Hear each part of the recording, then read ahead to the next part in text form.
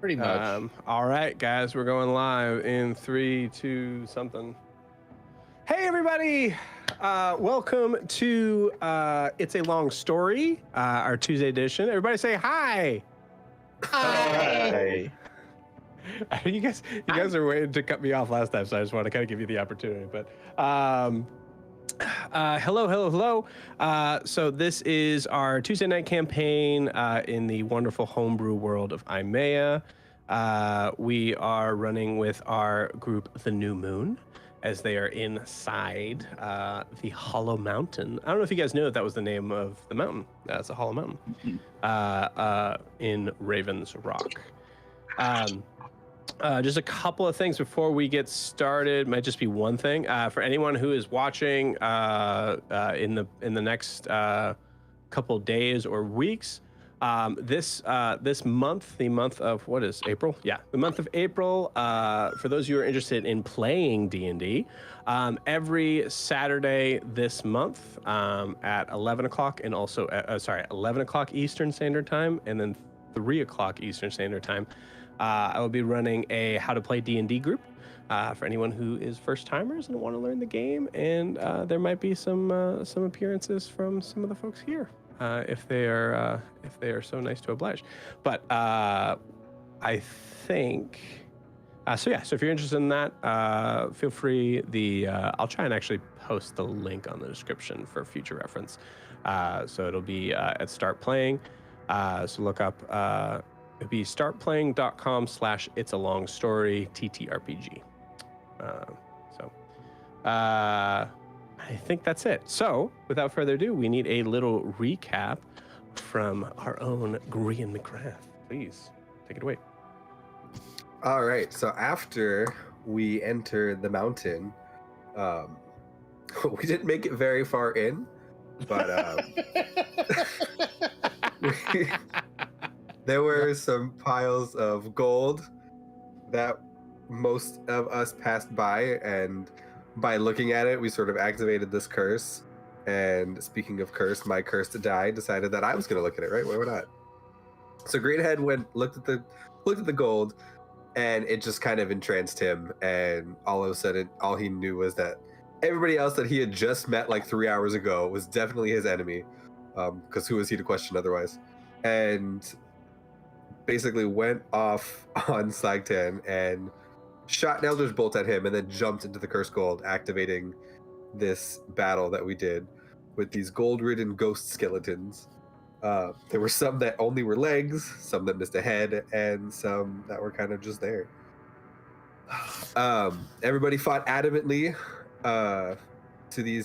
with these guys, and meanwhile, Grian just kind of like kept getting angrier and angrier. Ianthe and Titian did their best to soothe him, while everybody else just kind of like kicked ass and fought around them.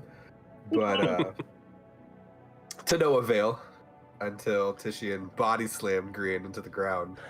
And only then did he realize that his friends were fighting and he was not participating at all. And after defeating the last gold enemy, they were looking around, just trying to figure out how to get around. Titian kind of went up to the top of this rock and was like, hey, we can go this way, but there's more gold and these 2 lava pits, the fun lava pits. And Adim was kind of like, hey, what if I make some fog cover? I'll lead the way, everyone kind of just pace behind me and we can do this. We're all like, yeah, it's 80 feet, we can do this. Most of us did it. Most of us do. It was. I want to make a point of this as a DM. That was tricky. That was a tricky sort of mark. That was the whole point, to make it on a bunch of 4th level players. So, having failed the check, Panthera slipped off of the pier that we were on and fell into the lava pit and was throwing death saves when Titian decided that he was going to go in after her and rescue her. He managed to get the jump, take some damage, throw her out, And just as we were about to lose Titian and a swapping place with Panthera, he decided to touch a ring whose backstory I'm not entirely sure on, but it sounds super sentimental. And in true D&D player fashion, had no idea that it could cast Misty Step by touching it, and saved himself by Misty Stepping him out of the pit with very little health points left. In doing so, Ianthe realized that even though the visual connection was severed between the players and the gold pieces, that they were still mentally connected. And just as Titian saved himself, Ianthe saw that more gold enemies were coming. And as we fought through those the best we could, we also ran into the hallway, and our strongest players slammed the stone door behind us. And now we all have to decide what to do. Awesome. I read none of my notes, by the way. That was just like, Wow. Oh, yeah, you killed it, man. You impressive. did great. all my Very notes nice, for very nice. nothing. Nice, very nice. No. Awesome. Lost the song, Yeah, that yes. was a nail biter as a DM. Because I mean the DC was set like super low because of some very ingenious stuff by all of you guys, but especially Adim. And then that nat one, which I will say that same week, just a reference for anyone who is watching from the Friday group, classic pass without trace on a like cave sort of situation they were in, and then perception check rolled not one but two nat ones. Oh, bad. Which was bad, and they're gonna receive the effects of that this Friday. They will be punished. As a DM, you look at that and you Okay. go, "There's not much I can do there. Like that's the dice want this to happen." So, Should have laughed at your joke. should have laughed at my joke. It was. Okay, cool. So let's zoom back in. So we are seeing our heroes beaten and battered, bloody with just cuts all over, dragging limbs here and there, as the first sort of entrance to this almost, at this point, with knowing all of these ghostly bodies, it almost seems more of like a catacombs like sort of feeling rather than even a cave. As you slam the this thick stone door into place, and you hear the sound of pickaxes against the door as you guys are hurriedly trying to gather your belongings and just try to rush in to a place where you're able to take a breath.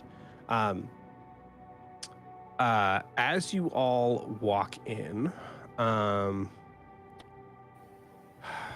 I'd say let's do this. Actually, let me pull up your guys' character sheets here.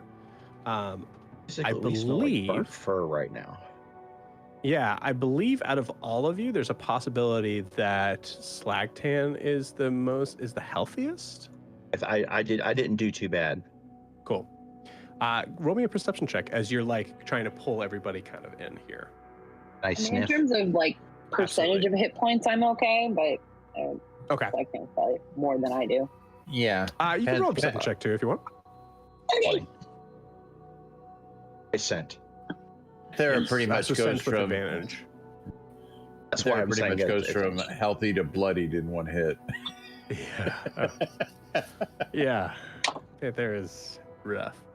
Yeah, cool. she's- What did you get, Slagtan? a dirty 20. Dirty 20. Nice. Okay.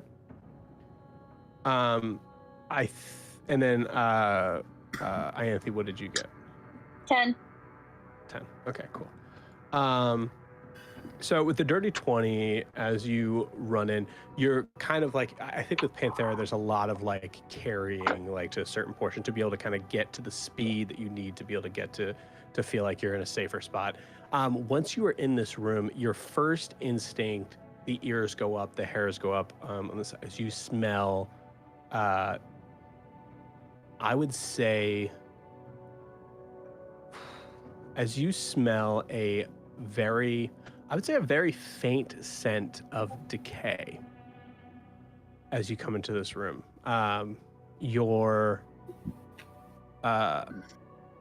also getting that same sort of like metallic sort of smell as well, as you will say with Ianthe and pretty much everybody for the most part after a certain amount of time. You see that this room itself is, again, very cave-like. It is just pieces of craggy rock all around. And you can see there's a couple of there's 4 purple lanterns that are lit inside this very large chamber, probably sitting about 60 by 60 feet.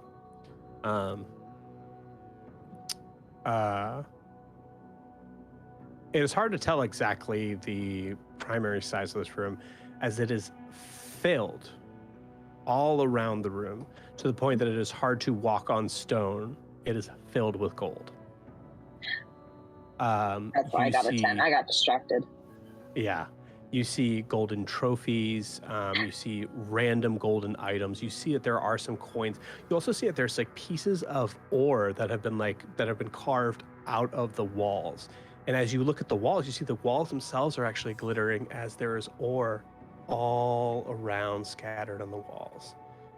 This room gives a very sinister sort of glow against that purple light.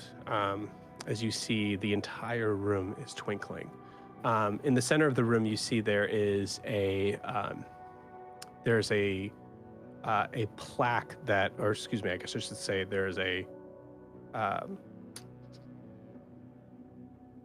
would say it's more like a plinth. So it's kind of this random sort of craggy sort of rock that's been rounded and smooth on certain edges. You can see there is an inscription that is written up front from it. I will say, what do you guys want to do as a party as you are all kind of falling into this room? My first question is the gold moving? The gold does not seem to be moving. I will say the smell of decay tells you that there is something that has died in here. Right. And probably recently. Well, is it a recent decay smell, or is it's a very faint smell, and I would say for Slagtan's literal dog sense of smell, that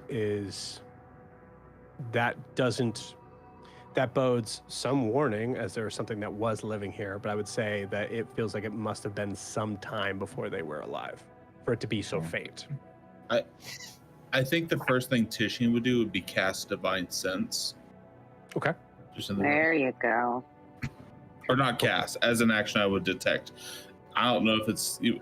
He would just sort of and just sort of emanate and sort of take a peek out there, and things get hazy again as he's just sort of sensing around him.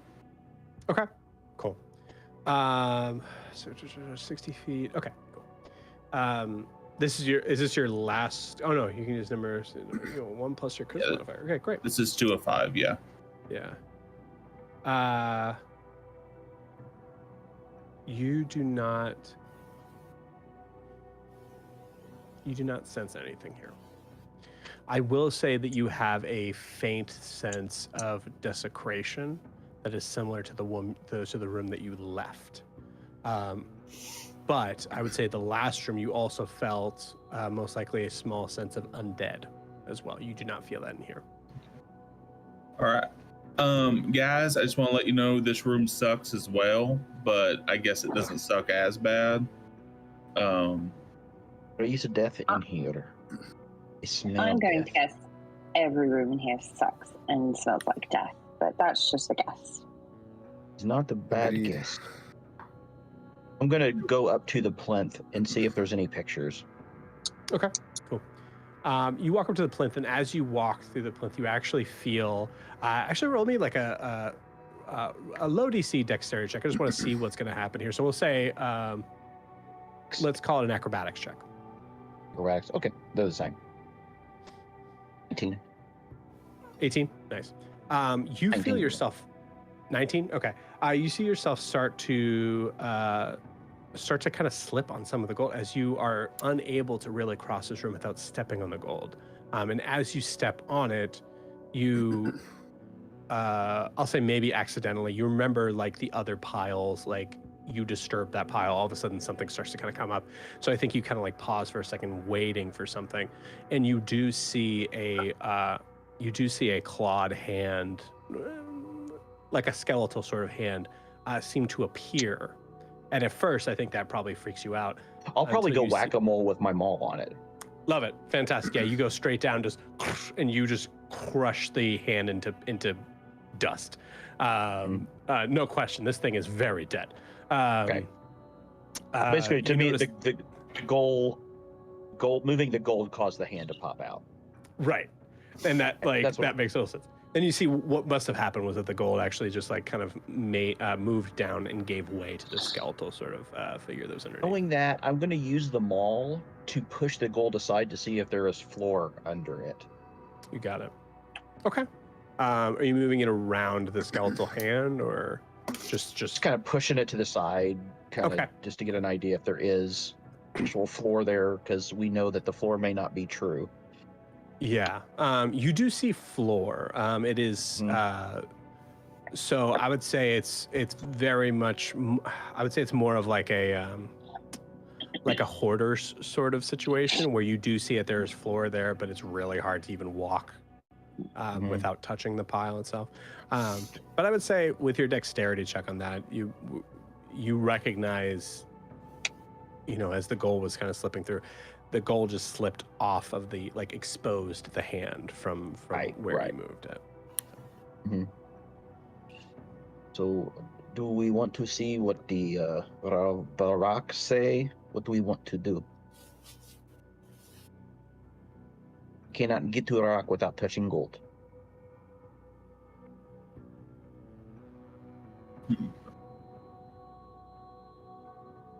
Do you think you stopped before reaching the plinth on that? Because I would say that was kind of all along your journey. You could keep going. If it looked like I have to say, I think that if I knew there was floor there, I would probably keep going to the plinth.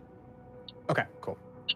Yeah, you walk up, you see there are dwarven runes written on the plinth, and you see that underneath it there seems to be this small sort of like this small shelf that I would say is probably about it's jutting out about 2 feet forward to you and is completely smooth on top. And you see that there's actually a portion of the plinth that seems to have been carved out in almost like a semicircular pattern to be able to kind of let something sit in it. Something belongs on that shelf. Yeah, imagine like a really shallow fireplace, I guess would be the best way to put that. Okay. I'll go to the smartest perceived person I know, which is Ianthe. Cool. She's the nicest. Oh. And you see, there is writing on the rock. No pictures. I cannot read. And there is something shelf or something. All right. I probably would have gone. I'd probably be like hanging back a little bit, but I'm also very curious about this plinth. While they're doing that, I'm going to heal Titian would walk up and pat Panthera on the shoulder and heal him for 10 points. Okay. Or heal them for 10 points. I'm going to do that as a lay on hands. Yeah. As a DM, I'm going to ask if the party does... you guys had mentioned a long rest, so I'm asking if you guys want to take a long rest here. Oh. Or a short rest. The two cats do not look good. We hear the pickaxes from the other side. We have a sense of how long it would take them to break through with pickaxes?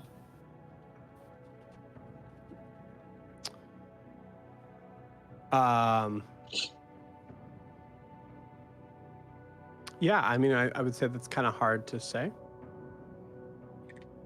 Okay. In the area of where you traveled far enough out of that hallway that I would say that you. I'll just tell you this: you stop hearing the sound of pickaxes. Okay. I mean, how would everyone feel about just doing a short rest right now? Would that be beneficial? I'm all right with that. I don't know if I want to spend the night down here. It's kind of creepy, but I could take a little bit of a break. Well, and I think it makes sense because I don't know, I'm just thinking out loud here, out of character, but Slagtan and Ianthe are the least affected right now, correct? By I'm all right. Got like by hit two-thirds of my hit points. points, by number of hit points, I'm fine. It's some other things, but I don't want to take a long rest either. okay. So why don't we take I'm it okay. instead of healing Panthera? Would we be okay just doing a short rest then, real quick, for an hour? I'm okay with that. Yes, you smell terrible. Let's take a break. Sure. I mean, I get my wild shapes back, so that's good. Yeah.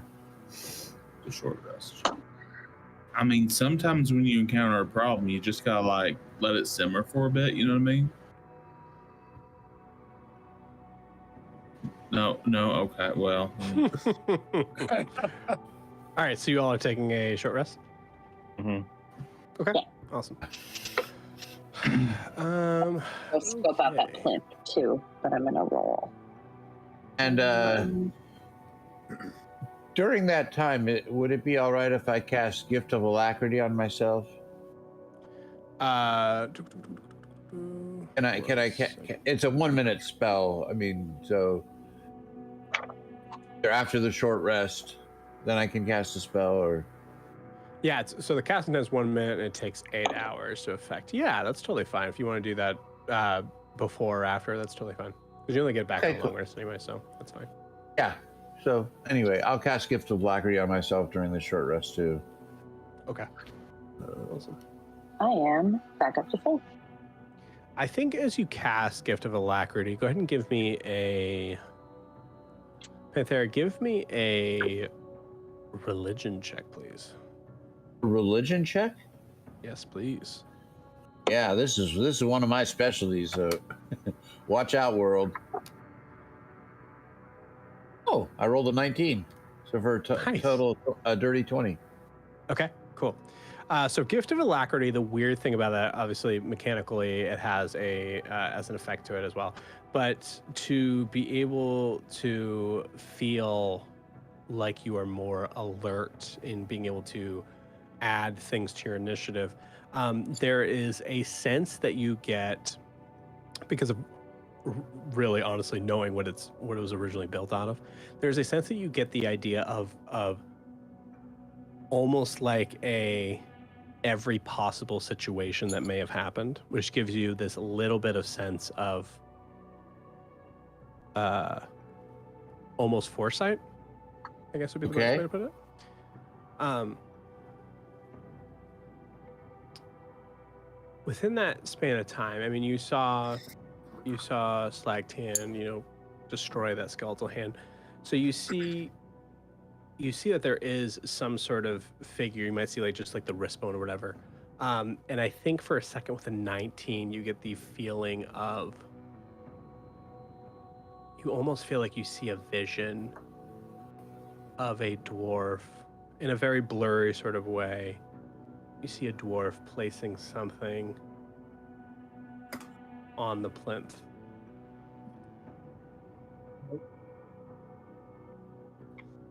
And then the vision kind of fades away, and you come back. So where did I see the dwarf? Hand. I'm sorry. So there was the hand. There's a skeletal hand. That's my roommate. Oh yeah. Okay. Yeah. So that was so with that, you kind of like look towards that direction, and you almost seem like you have like a very blurry vision of a dwarf presenting something to the Here, plinth. so I don't know. I And thought that's then- what he.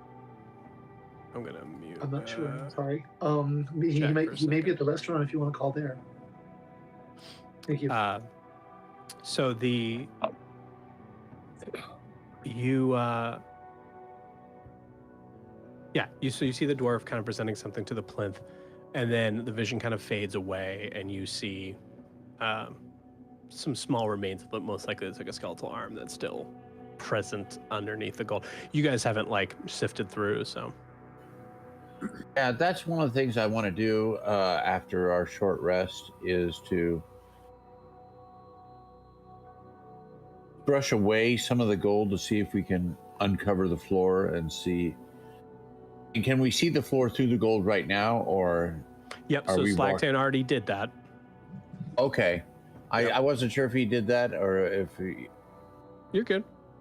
Alright, so cool. yeah, so you can see there is floor underneath you. It's just the whole area is very cluttered with gold. So it's difficult to be able to make your way to the plinth without touching some gold with your feet. Okay. I saw the dwarf presenting something to the altar, but I didn't see what that something was, did I? Correct. It was extremely blurry. Okay. You're not entirely even sure if it was real, right? It was like almost like Yeah. a vision you had. Okay. It might just be... I'm sorry. Go for it. Go ahead. Go for it. No, you go I'll for it. ask I it. was just... I was just asking the Oh, skeleton. I had to hand mute you. look Hold on the 1 size- second, check. Yeah, I'm sorry. I didn't know how to use my iPad quickly enough to mute it for the phone call to the room. Totally fine. The is the size of the skeletal hand that Slagtan came across appear to be dwarven size? It's hard to tell now. I'm just wondering because maybe the thing that that you saw the dwarf taking, if it's the dwarf at our feet, maybe it's around there somewhere. Yeah, so if you want to try to like sift through where you see, I would say you probably see like you see like the wrist, like dude just went at the hand, so the hand's gone. You know, nothing came out too much. So what I will look through after the short rest, after everyone's sated with having the short rest. Sure, absolutely. I will look through, but I will do two things. One, I am keeping in mind mentally, I do not want this gold in case it's some kind of like curse. Like I'm not trying to do that. In fact, the reverse is I'm trying to help. Like I'm trying to make this go away. And the other thing I'm going to do is I'm going to try to not use my actual bare hands. I'll use like the hilts of my dagger.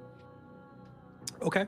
Just Great. so I'm shifting through it, but I'm not trying to take their gold. They can have their gold. Okay. Awesome. Roll me an investigation check as you do that. Will do. I rolled at 12. Okay. 12's good. It's a low DC. With a 12, you're able to uncover the rest of the skeletal body of this dwarf. You can see there is a helmet that is close by the skull that is not golden, which you presume to be the helmet of the dwarf. You don't see any specific sort of runic symbols or anything like that. It does look to be like sort of more of a... Doesn't seem like a war helmet. It seems more like a worker's helmet. Okay.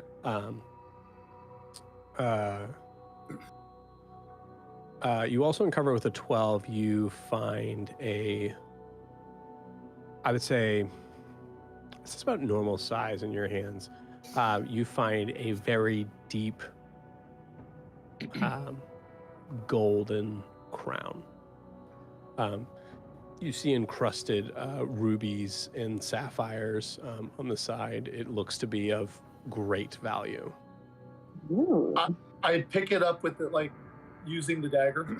Sure. I'm not messing with it, and I kind of just hold it up, not like, ooh, look in my pouch, but more like to Slagtan, does this look like it would fit in the depression you saw? Of the what I saw? Didn't he see like a little depression in the plinth? Yeah, and you can see it too. Oh, You're yeah, kind of yeah. like, Okay. I would say the dwarven skeleton is probably maybe about 5 feet away from the plinth itself. Oh, okay. So you can even see that sort of impression inside. Does it seem like this would be about the right size? I would say with that investigation check, it definitely would fit. It doesn't seem like it's like form fitted for it. Okay. But it also doesn't seem like it was necessarily form fitted for anything. It has kind of this like very like almost table sort of like, I guess I'm trying to think of like, I guess, is it tabernacle sort of set? Like it doesn't look like it's necessarily designed. It's not like perfectly circular or anything like that. Okay. This is all I found, and I'm purposely not touching the damn thing if I can help it. After Sure. what you've seen, do you want me to put it on over there? I'd like to see if Ianti can tell us what plinth say. Yeah, I would like to take a look at it and see if I can read it. Sure. You cannot speak Dwarven, so you cannot read this. Nope, I can't. I picked Elvish instead. It was prettier. I can try and read it. Are there any swear words? Because I do know Dwarvish swear words. Unfortunately, there is none. It says "fuck One this day, thing." one day I'll find them. I knew it. Put it the fuck right here. Green. Put the shit right here. Put it the fuck right here. Fantastic. Cool. So Green, you're walking up. Yeah, I'll walk it up and just try my best to not rally the gold too much. Okay, cool. I'd like Anthony and Green, go ahead and roll me acrobatics checks as you're just trying to make your way up this sort of weird, clumsy hill of gold. I'm very good at that. Nat 20 for a total of 22. Ooh.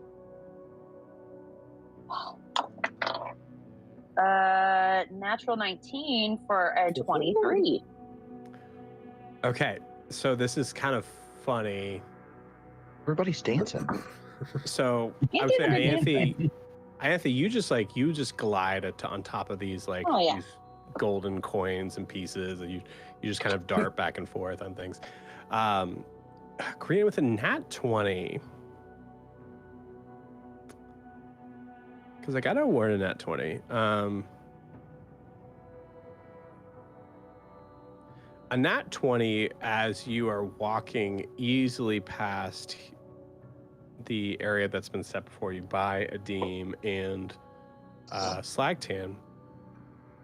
I'm going to say that you notice that there is another, you see just like a finger that seems to be on the side of this plinth. Or not, sorry, excuse me, not on the side of the plinth. A finger that's coming up out of the gold to the side of the plinth. And noticing that, you kind of take a quick look around and you see what looks to be maybe the back part of a, I don't know what bones specifically are, but the back part of like a heel of another skeleton on the, I think I said one of them was on the right side, so it would be the opposite side, so the left side. Okay. I'll also say with a nat 20, you get the feeling that these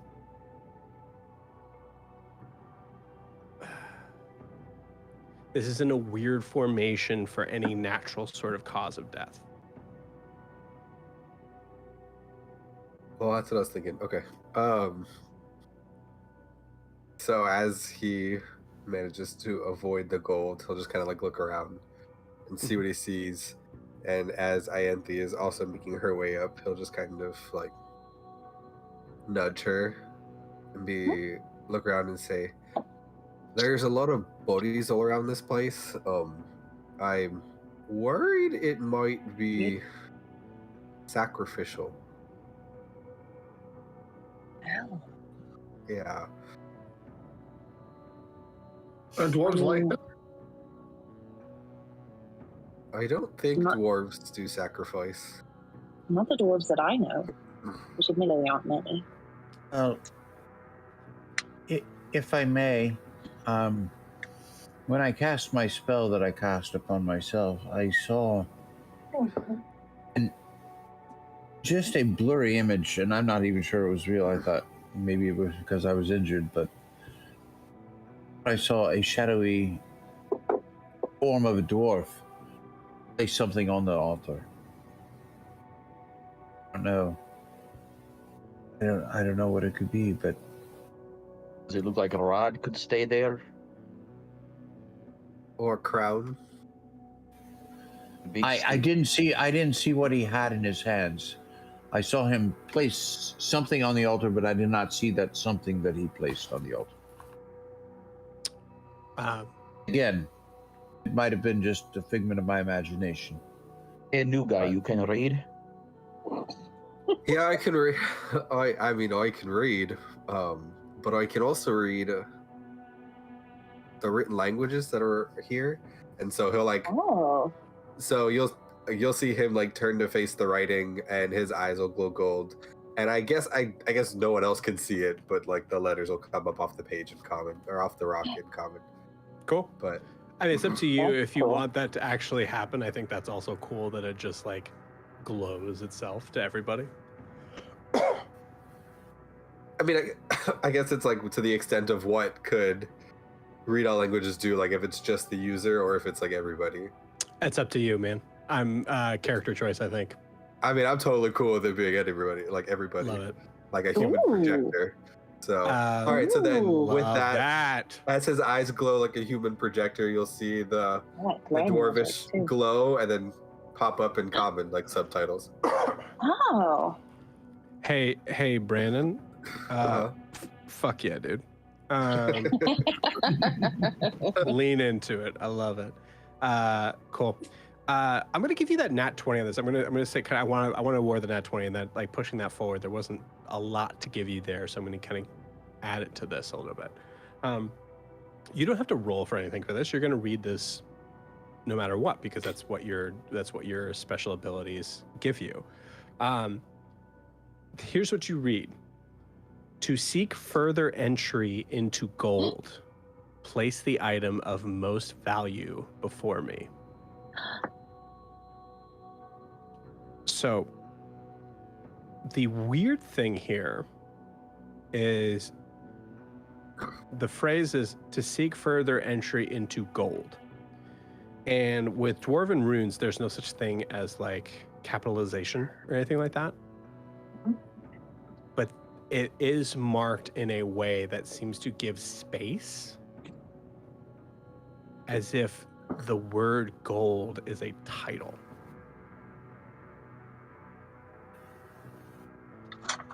Okay. You literally read the Dwarven rune for ore.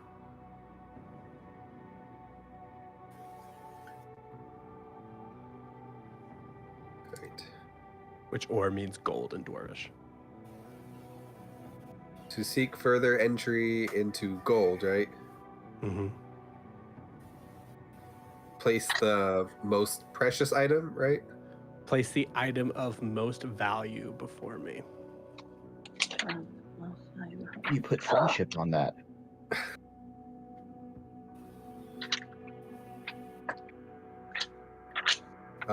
So I guess Anthony can read this too. So we're both reading this, and he'll read it back to the rest of the party. And kind of like to Slagtan specifically, he'll just says, "Oh, it says to seek further entry into gold, place the item of most value before me." What would that What- be? More gold? Is that clown? It's very pretty brown. Titian, you've been hanging back for a little bit. What's Titian doing right now? I think Titian's seeing that there's a puzzle and that everyone is sort of really gathering around that to solve it. Mhm. He is very intentionally just digging into all this gold, and he's looking for the staff. Okay. He's looking for the staff that he came there for. I love that. Right. Titian, roll me an investigation check. It's like, I'm gonna find this fucker right here. I know I'm gonna get like. We're getting the hell out. All right, you said investigation. Yes. That is a 16. Nice. 16.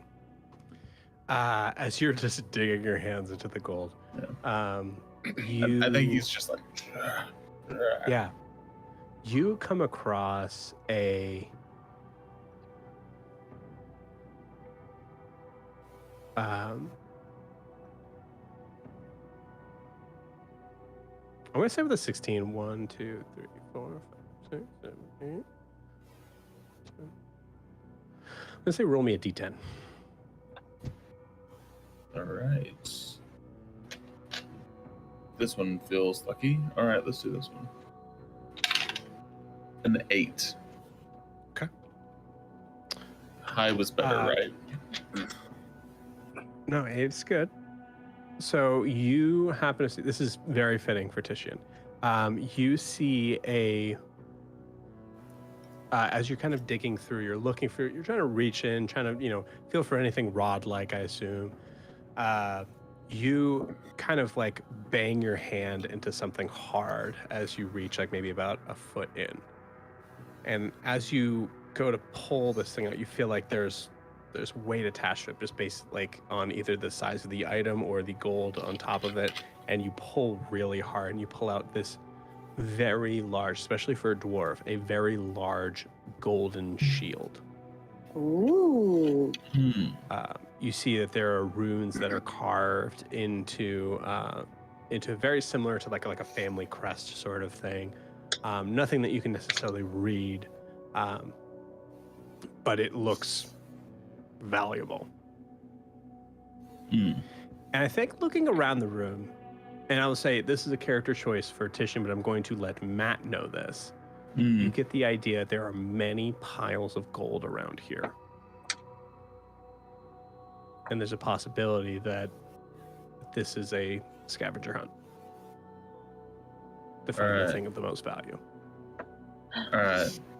Also, I just want to point out, and this is Adim, not Jack. He's like, this entire time it's been about greed. The ghosts are after us because we take their gold. We get too close to the gold. They want to kill us. I'm not so sure that the value is in gold. I don't know what it is we're looking for, but I'm hesitant to think that it's things that would be expensive on the market. Yeah. And I'm going to take the crown from the dagger and just lay it on the board. Okay. Like I think we might be looking for something else. I think as soon as the deem finishes saying that, Titian's gonna walk. Guys, look at this badass shield I found. Look at this. Look at this. They all like, see this? Look at this sumbit. Look. This is awesome. Hey guys, we gotta keep hunting. There's some really cool, valuable stuff in here. We gotta keep going. Or I could be, and I keep. Let's see if anything happens from the crown. No. You put the crown. Where did you put the crown? On the boards where we were walking before. No. Okay. Is it on your boards? Okay, so you put it away from. You didn't put it on the. I'm not putting anything on that until we agree to. I'm just setting it down where we can see it. Got it. Love it. By the way, that was just character choice, Jack. I wasn't like trying to. No. And Dean was like, or I could be wrong. Okay. Just I love it. moving around looking for other stuff. Since nothing killed him for playing with the dagger, I'm just gonna keep on looking through the hole, see if I can find something else. Where did Adim find the crown? Near the plinth. Yeah, near the plinth where Slagtan killed the skeletal hand. Okay. I'm just gonna have Grian kind of like move the gold away from the body that he picked it up from. So like clear the body of the gold. Want to see if which body? The one that he got the crown from. That the hand was smashed. Yeah, you clear out the rest of the body. You see it is.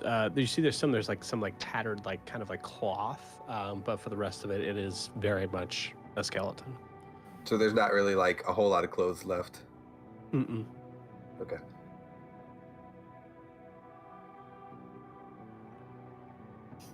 Is there room behind the air? Is there space, not room? Is there space behind the area on which we would place this circular object? Yes. So to give kind of a general sort of idea of the room itself, so picture,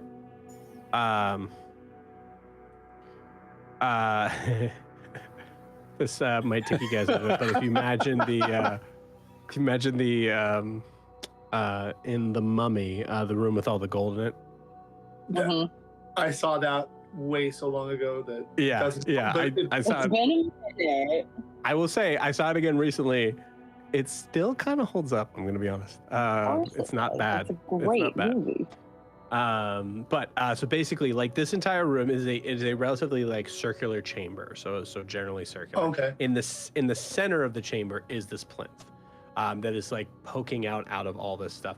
I get it. Okay. There are massive piles of gold all around.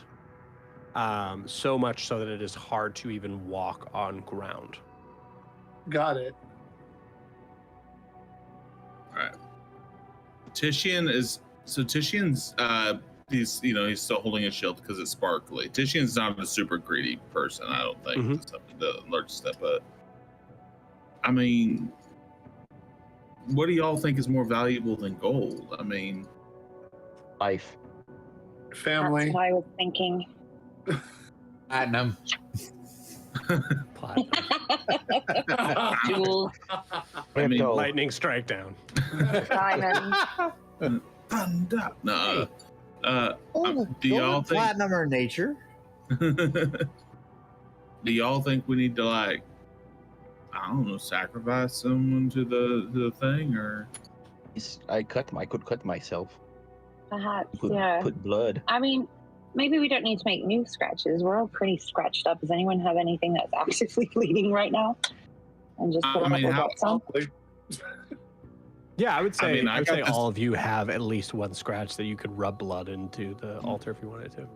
I was just gouged with a ladder like 4 hours ago, so I'm pretty sure I'm still bleeding. Yeah, Do it. Check yeah, the I'm, check the wound. It is horribly Yeah. infected. I'm like Aw. it's a little bloody still, but I can probably yeah, I got fresh flow of blood right now. We can definitely Here, use let me. I can do from when somebody shoot Eldritch Blast at me. I think we'll talk about that later, but We will.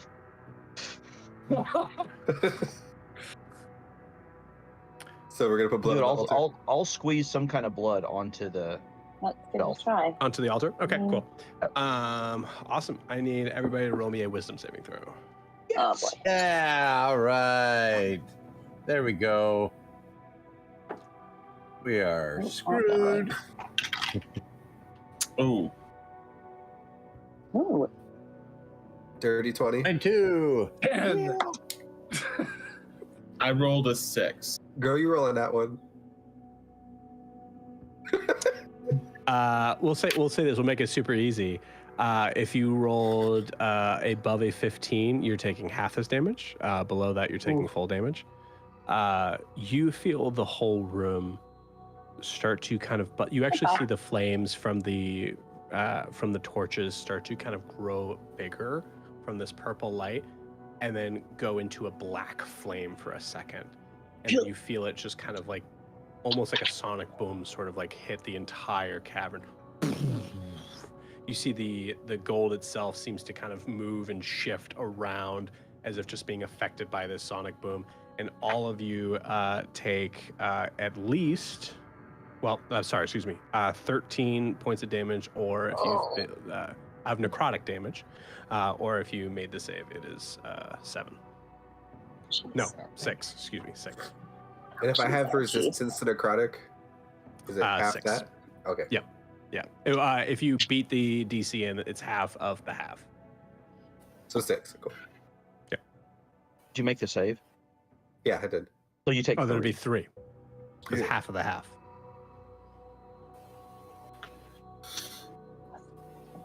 Well, You feel first off, the entire room has shifted slightly. There looks to be like some of the piles that you'd seen before had seemed to shift to other areas, revealing different items on the ground.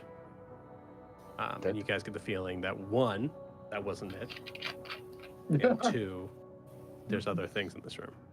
Someone does not value blood. Joe, can I sort of going from the check from earlier, that's sort of really confirm in Titian's mind that this is a scavenger hunt and we're trying to find items that relate to one another now? Like, is it more? So the plinth says, to seek further entry into gold, place the item of most value before me.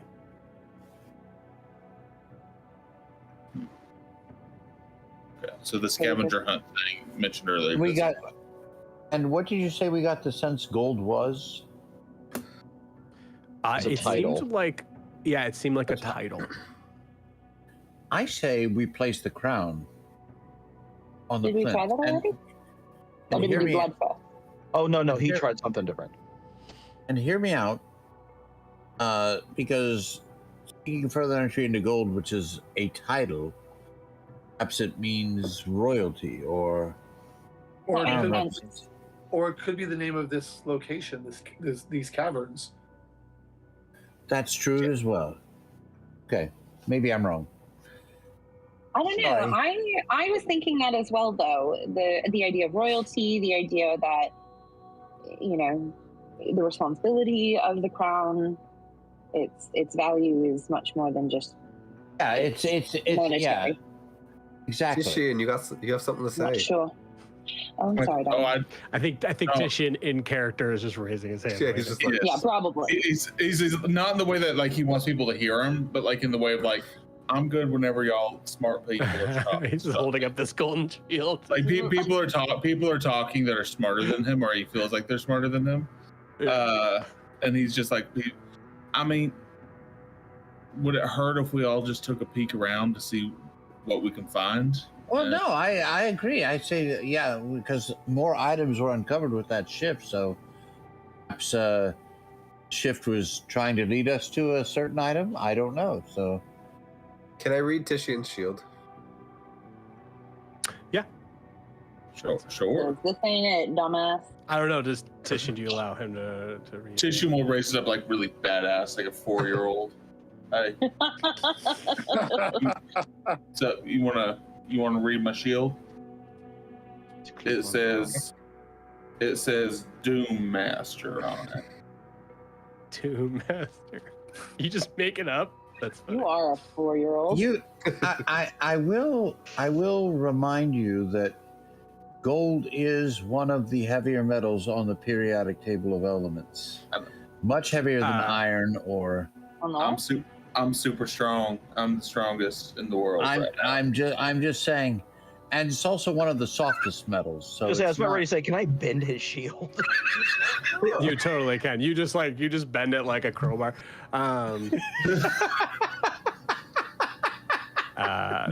I wouldn't do that to him. He's awfully happy with it. Tishian definitely raises it for Gran though. The read if Gran wants to read it. So I will say, so it's a kind of an odd. It's an odd saying to have on a shield. It says, so the phrase is, "Krum var fall near Kargal," which means all will fall in time. Oh, that's a little That's depressing. depressing. Mm-hmm. Yeah, it's a weird thing to have in a shield. I would say actually reading that, give me a history check. Who would you like to do that? Just Grian. A 3. Ooh. Cool. Okay. all right. Three's not good. So I can't give It you. is freaking weird. Did you know you're in a mountain? Hearing that, It's not good. You've been wrong before. Sorry. Well, not a big clue here. I think we'll just keep looking, and Green will kind of just go off and try and find something. Okay, cool. So here's what I would like everybody to do. Is everybody just looking for stuff? Mm-hmm. Yeah. I'm looking for gems. You're looking for gems. If Okay, you find a cool. diamond, let me know. I think Tishian is looking for something that can tell time. Okay, Ooh, interesting. smart. I'm smashing bones while looking for something large and sharp. Something large and sharp. Okay, very cool. And I'm just Adim? looking for. I don't know what I'm looking for, so I'm just digging through, and if Looking for something something catches random. my eye, yes. And I'm looking for something conceptually that would be worth more than gold. Diamonds. Diamonds are worth more. So basically, something that doesn't fit in this room. Something doesn't fit in this room. Got it. So as an example, the only thing I can think of would be Raiders of the Lost Ark. Indy picks the wooden cup. Choose I'm not looking Right. for a wooden cup per se, but I'm looking for something that would be worth a lot in a different way. Love it. That's fantastic. Green, anything specific you're looking for? Just something that looks out of place was my thought process. Okay. And Slacktip. Like I said, I'm looking to smash any bones I see and looking for something weapon-like. Okay. Something Yeah, that would sorry, mean you said strength, basically. that. You got it. Okay, cool. So let's have everybody roll investigation checks and feel free to put it on the right-hand side. It's not gonna be terrible. If I could For also the look record, for like diamonds too, that'd be cool. I just want to be clear on this. This is not like a high roll doesn't mean you absolutely have found the item that's going to be the one. Just FYI.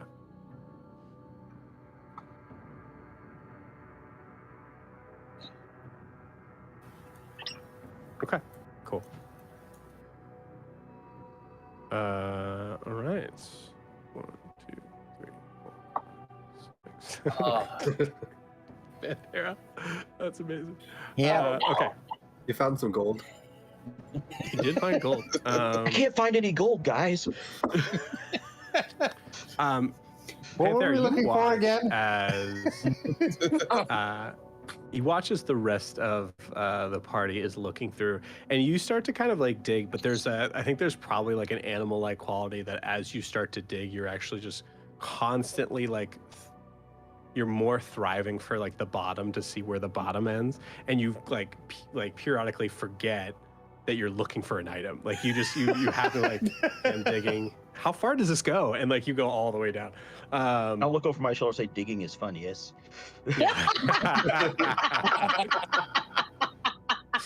That's great. That might be the quote of the night. Cool. Awesome. We'll do this in order. So Tishin, roll me. I would like you to roll me a d10 twice. Okay.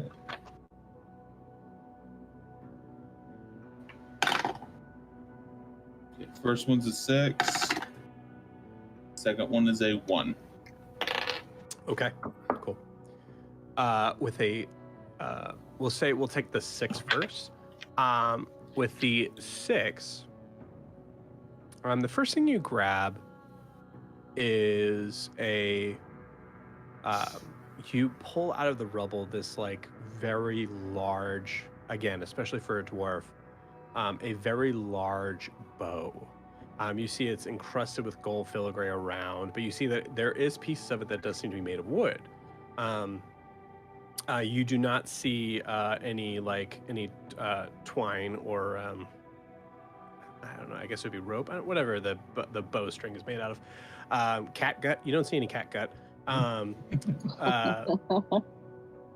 is attached to out. it, but it is. It does. Yeah, you have catgut. All right. Anyway, so you see this thing does look valuable. It's up to you whether or not you feel like it represents anything. And I will say also, so that was the 6. With the 1, you see there is a small, like, there's no good way to explain it. It really looks like a genie lamp. So you see there's a little stopper on top of it. I don't know how else to describe this other than it literally looks like a genie lamp. Picture a genie lamp. That's it. You see a little small handle, and you see there's a little kind of stopper on the top. And if you, I would say with your investigation check, you kind of take it off, and you see there's a tiny bit of liquid that seems to have been stuck in there that didn't quite come out yet. And it smells. It smells like oil. Okay. Smells like cooking oil, like oil for lanterns. More like oil for lanterns. Oil for lanterns. Okay. All right. And I'm assuming the lamp is made out of gold as well. Yes, it is. Same with that. Okay. All right. I think Tishian will take his broken bow and his. Does the bow have any writing on it like the shield does?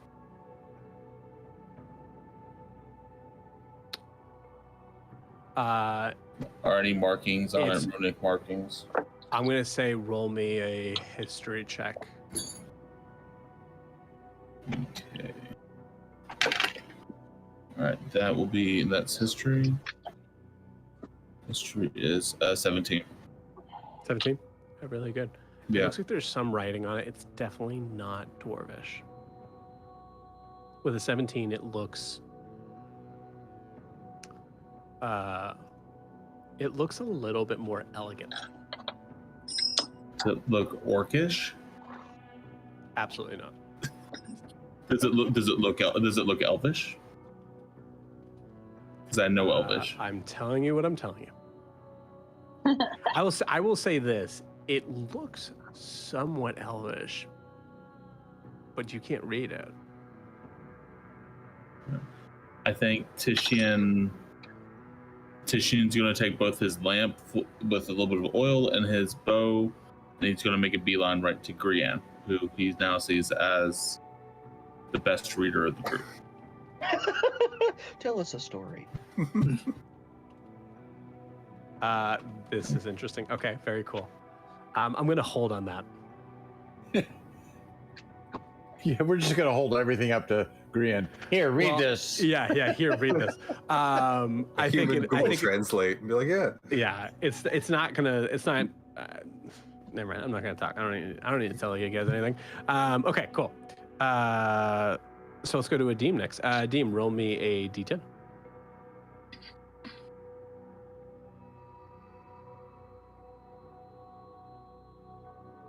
I got a 5. Okay, cool. With a 5.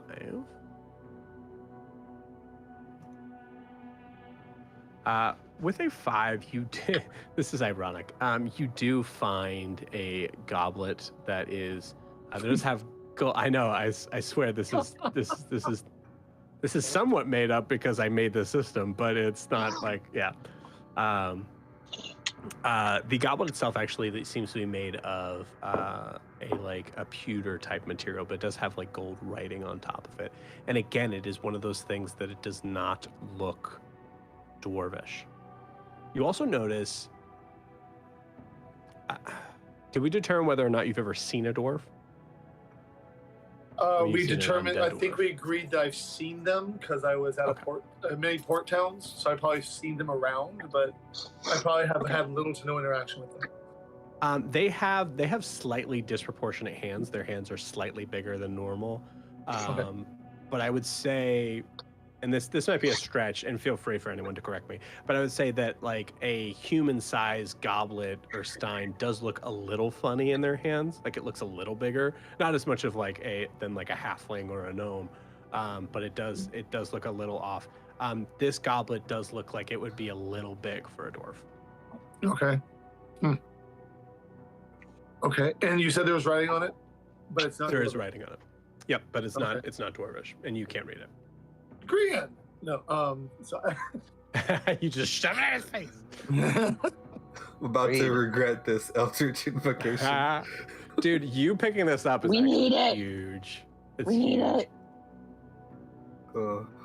Hey, Grian, can you read this story to me real quick? Or I'll sit crisscross applesauce. Cool. All right. Slagtan, roll me 2d10. Okie dokie. I am getting there.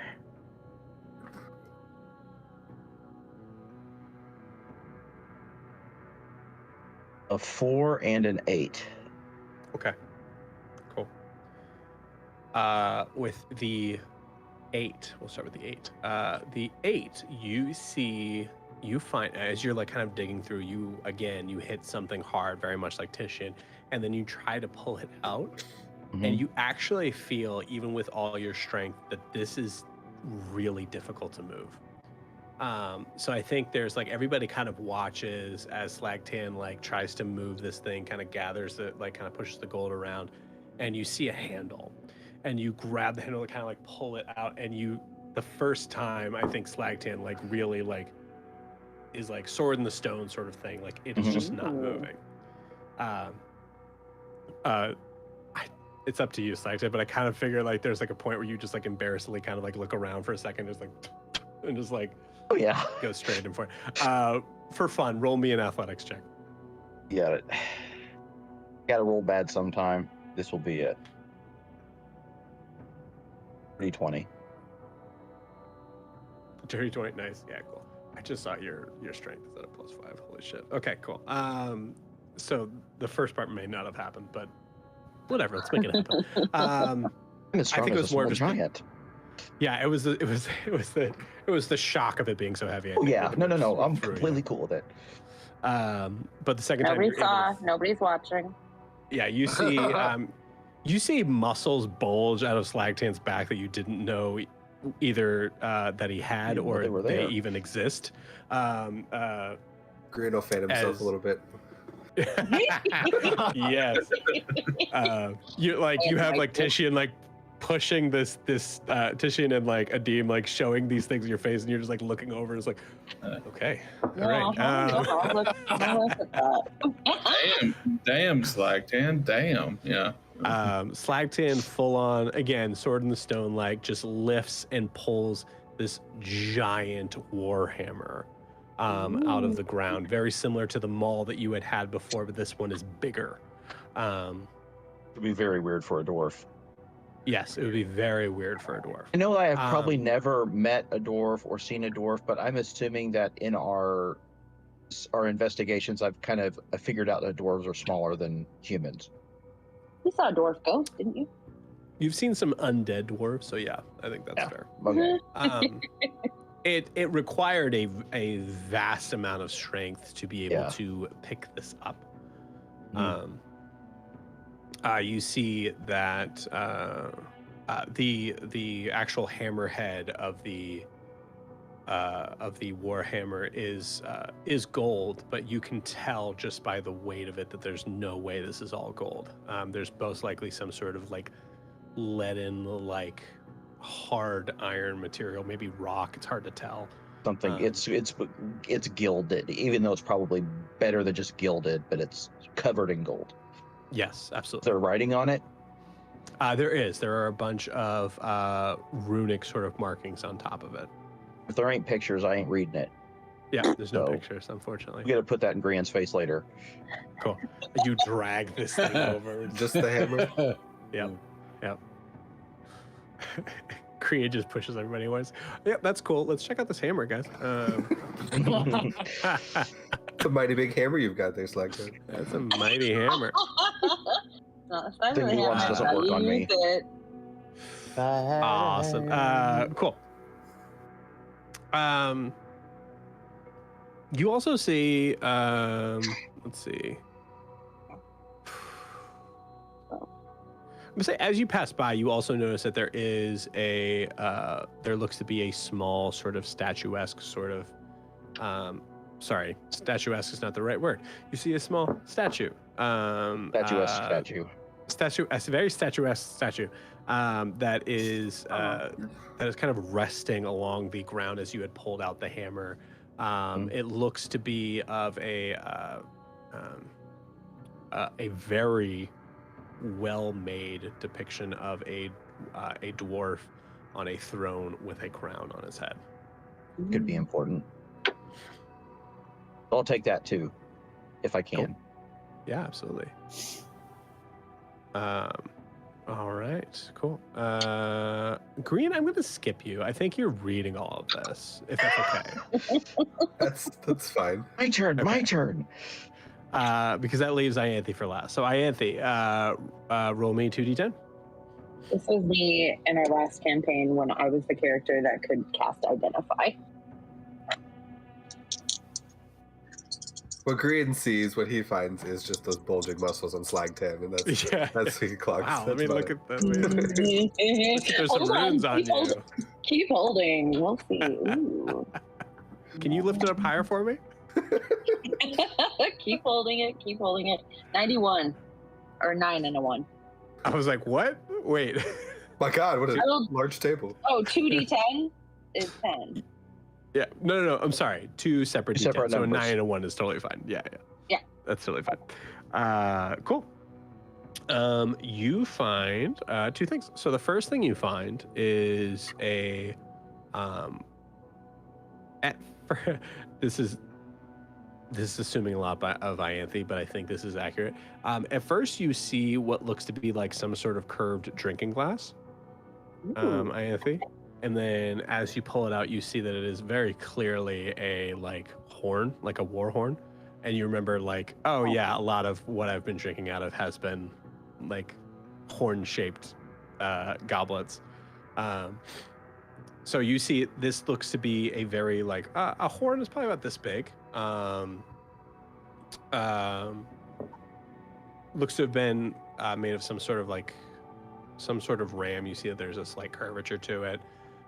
You can see that there's gold around the outer rim to where like the sound will be coming out, and it looks to be going inside it as well. So it looks like the inner sort of part of the horn is gold. Excuse me. You also see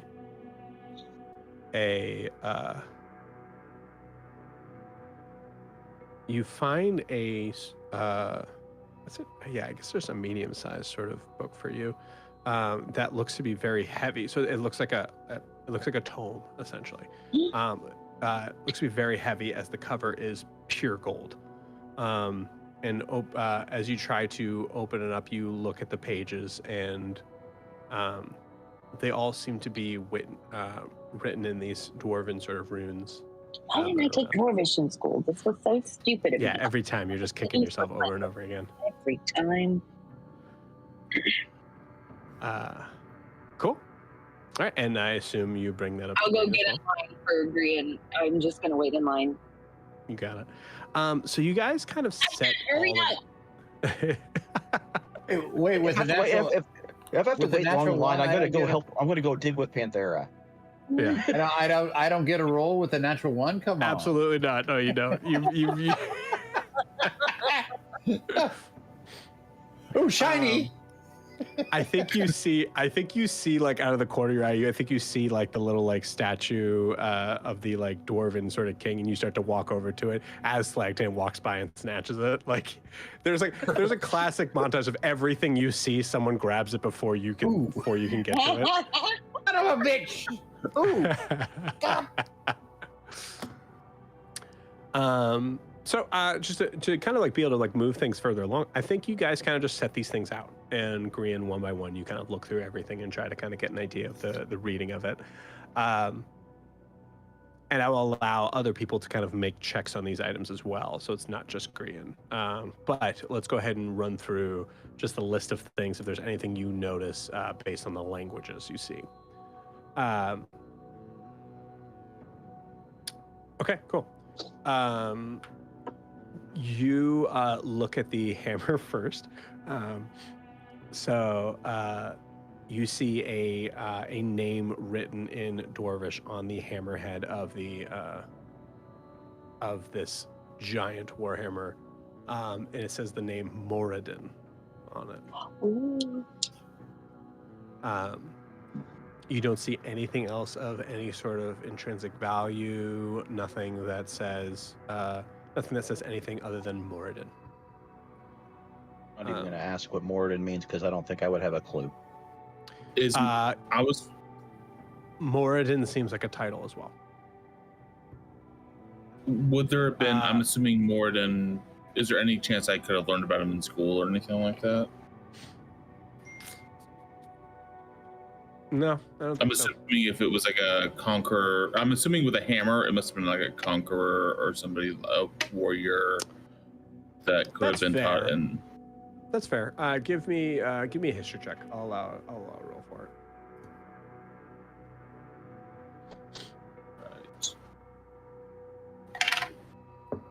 All right, that's an 8.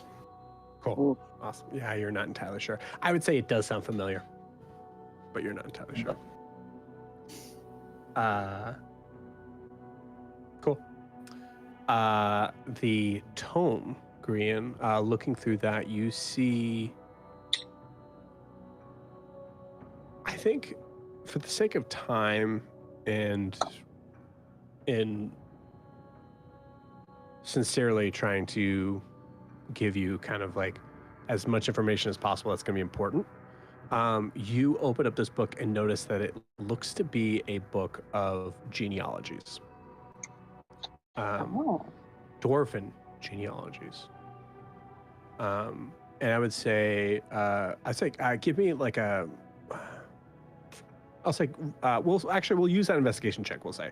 So with the 16 investigation check that you did roll, I will say that as you look through this, you see it is very much like it's the book of Leviticus. It is like this person begot this person begot this person.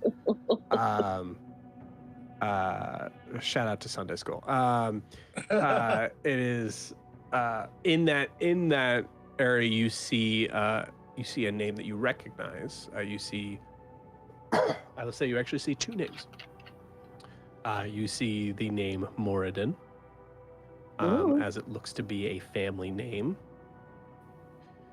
And you see it as it's actually really, because you, like, honestly, Titian, I gave you the role because you straight up said the word. It is noted as Moradin the Conqueror.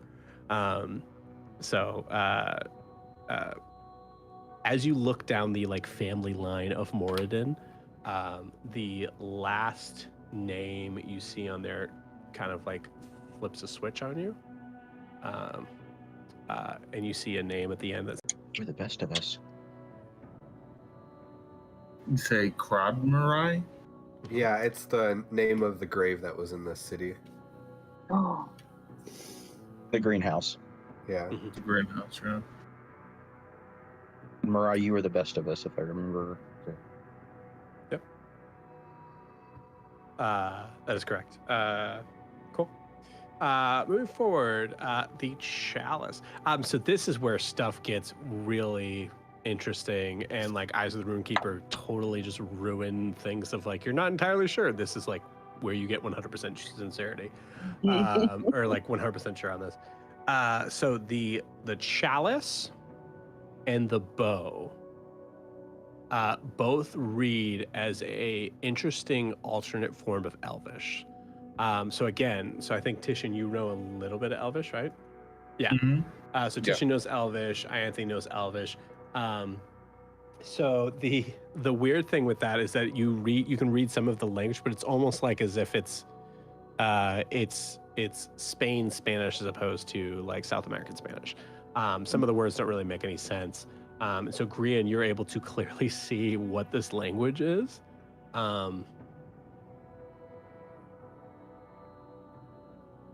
Because I think with reading all of it and knowing what you know from everybody else, I think I just have to give you this.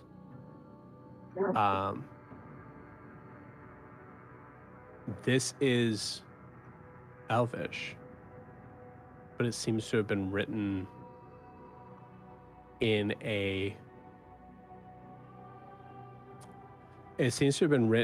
dialect that can only point to elves that live underground, of which you know are called drow.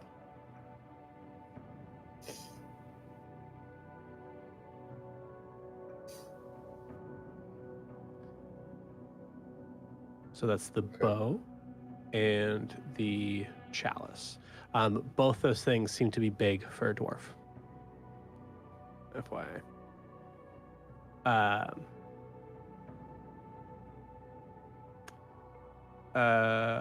The shield we already went over. And Genie lamp. Got the statue still. Got the And statue. we got the genie And the lamp genie still. lamp. Yep. and the Genie lamp. Yep. Yep.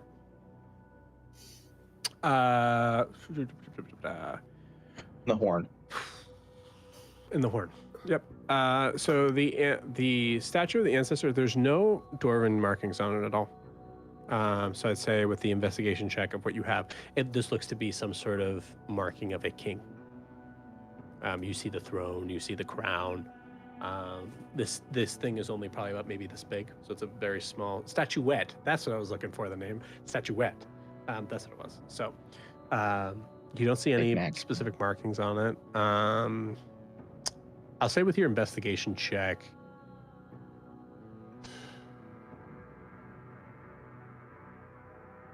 yeah, with your investigation check, you don't notice anything that is recognizable at all.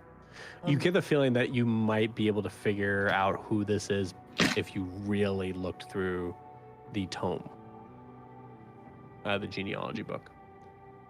So we talked about the bow. So we talked about the shield. So the horn itself. The horn you see. You only see a dwarven marking that says a call to war.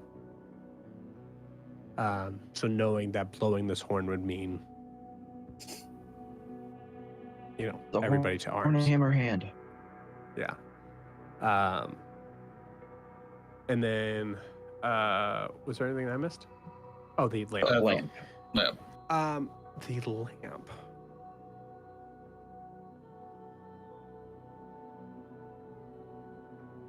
You don't notice anything about the lamp. You open it up and you see that there is a little oil left in there, and you see, you notice too that the lamp itself doesn't. It is golden, but it seems a little heavy.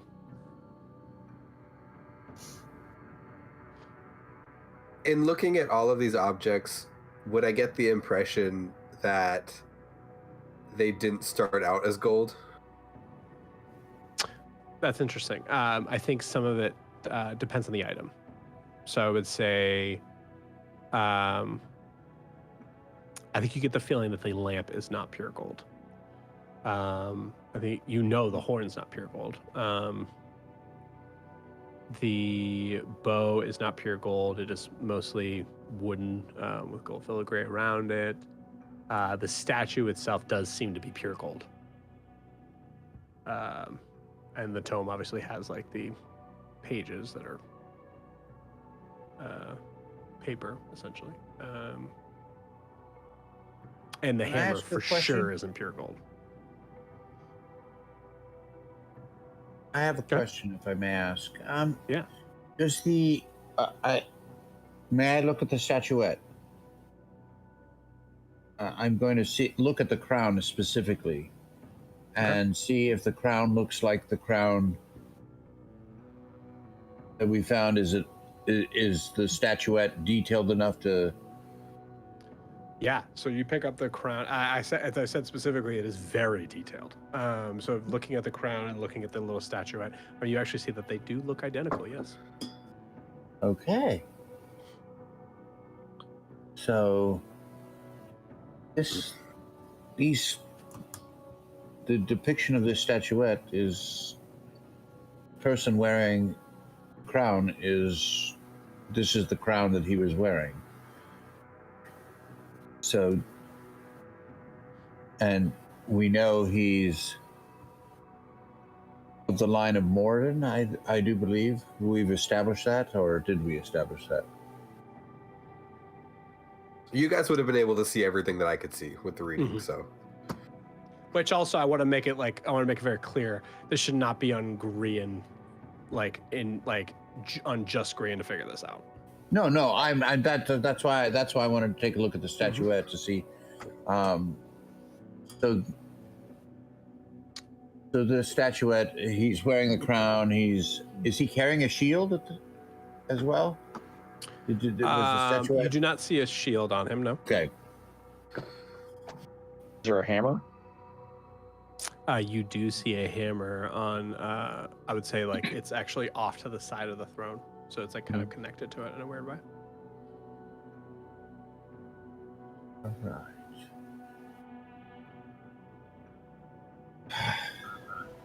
Yeah. I mean, we're looking for something more valuable than gold. Could it be this lamp seems pretty badass, I'm not gonna lie to y'all. It's got oil and stuff in it. Maybe that's what it is. But if there's a book of genealogy and you think that the statuette is like the head of this line, if there's a whole book dedicated to lineage, wouldn't the statue representing one of their ancestors be more important? Than the lamp, or I don't know. I'm spitballing here. Yeah. But Is history itself more important than gold?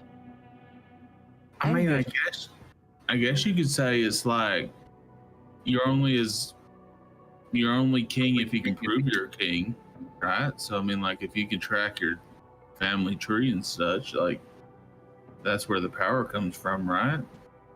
Well, you could also argue that family is pretty valuable.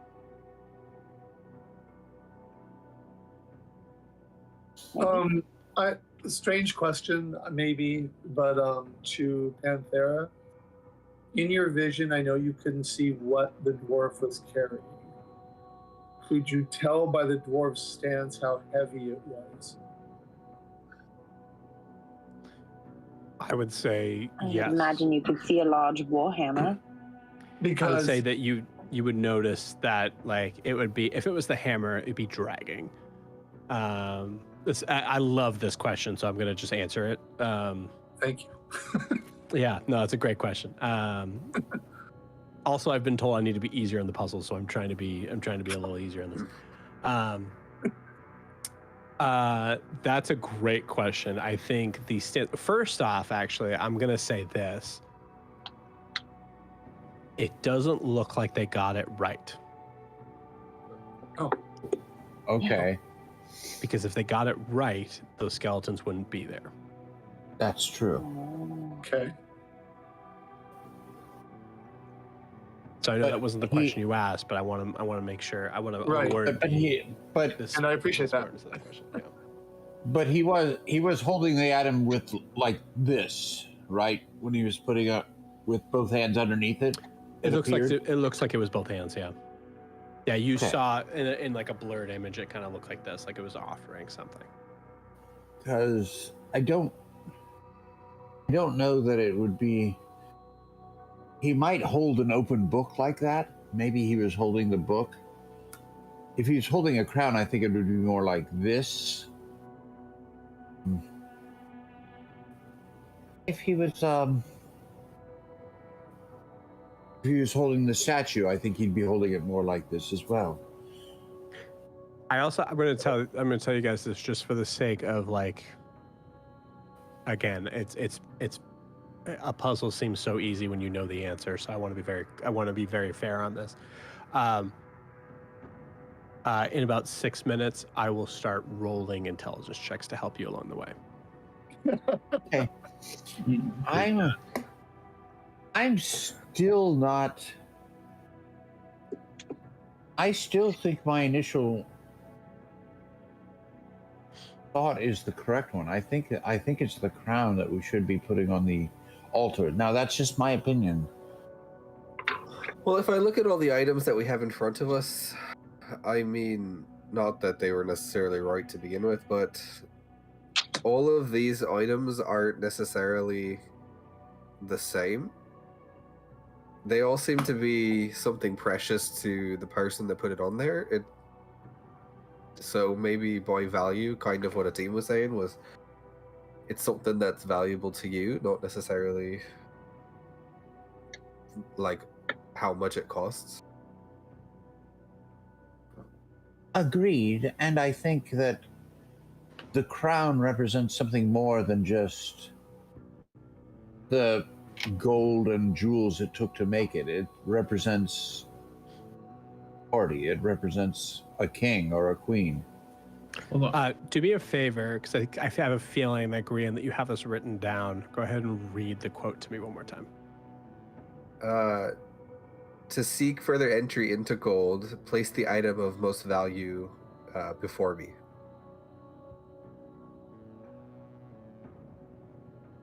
Yeah. Like that. Hand raised. Yeah, see, yeah. Was there any writing on the crown? We don't know. Adim threw it away before we could look at it. No, It's gone. You can't find it. No. It's Yeah, sitting no, right where we're walking. It's right there. Yeah, it's presented before you for sure. I don't think it would be normal that there would be any writing on the crown. It says made in Hasamal. So Yeah, it's just made in Hasamal. It's made of cardboard. They got it at a fast food joint. So throw one more wrinkle into this. Yeah. We're supposed to place the item of most value before me. you've got to figure out who me is. Well, maybe the statue is me, and we have to place something in front of it. Wow. And if the statue's wearing the crown, might it be the crown? I mean, we could try, and if you guys are up for it. Well, yeah, but it could kill us. I also want to make sure. Yeah, I can't withstand many wrong guesses. Neither can I. That took my short rest almost completely away. That last one. Yeah, I agree. But how would we do that? I mean, would we place the statue and the crown on the altar at the same time? And I don't know. It was because he reread it and that came to mind. I don't know how valid it is. What if you all leave room and I put on rock Leave room and go where? outside the room? Way if it goes boom again, I just get with boom. the gold ghost that nearly killed us. No, there's a long hallway before we got here. Oh, that's true. Okay, we could do that. I think I could take another hit. If you want to go into the hallway, I'll try something. If it's okay with you guys. what are you going to try? Something valuable to me. Oh, Okay, well, go for it. Yes, I'll leave the room. sure. All right, so then it's just gonna be green in the room. Mm-hmm. Okay, so I don't like that. I don't like that either. I mean, y'all are welcome I to will stay with Tishian will stay with Grianne if he can take a hit. I think better than Adim can right now. So I'll stay with the squishies if they're coming out of the room. Cool. Yeah, I'm not sticking around. I can't. I'm too defensive. I can't just leave someone to do the damage, the dirty work. All right, so Grian will go ahead and take his packed weapon off and just leave it in the form that it is. And, you know, where the value comes to for him is A, it's a packed weapon. So it's a weapon that he's bonded with. And B, it's going to be the weapon that he used to kill his ex-lover after he murdered his parents. So he's going to go ahead and place that onto the plinth. I thought my exes were bad. It's a little more complicated than that, but that's kind of where the value of that comes from. All my exes are dead. It's not a loin dump. So Grian, you take a big breath in and out, and you place the weapon before you, or before onto the kind of altar. Sorry, we're calling it an altar, and I love that, so let's call it an altar. Okay. I need Korean, Tishian, and Adim to make a wisdom saving throw. I need the rest of you also to make that wisdom saving throw, but with advantage. Oh no! 18. 2. 3. Oh shit. Oh Makes shit. Oh shit. Oh shit. All right. Hang on. Are you kidding me? I rolled goodness for advantage.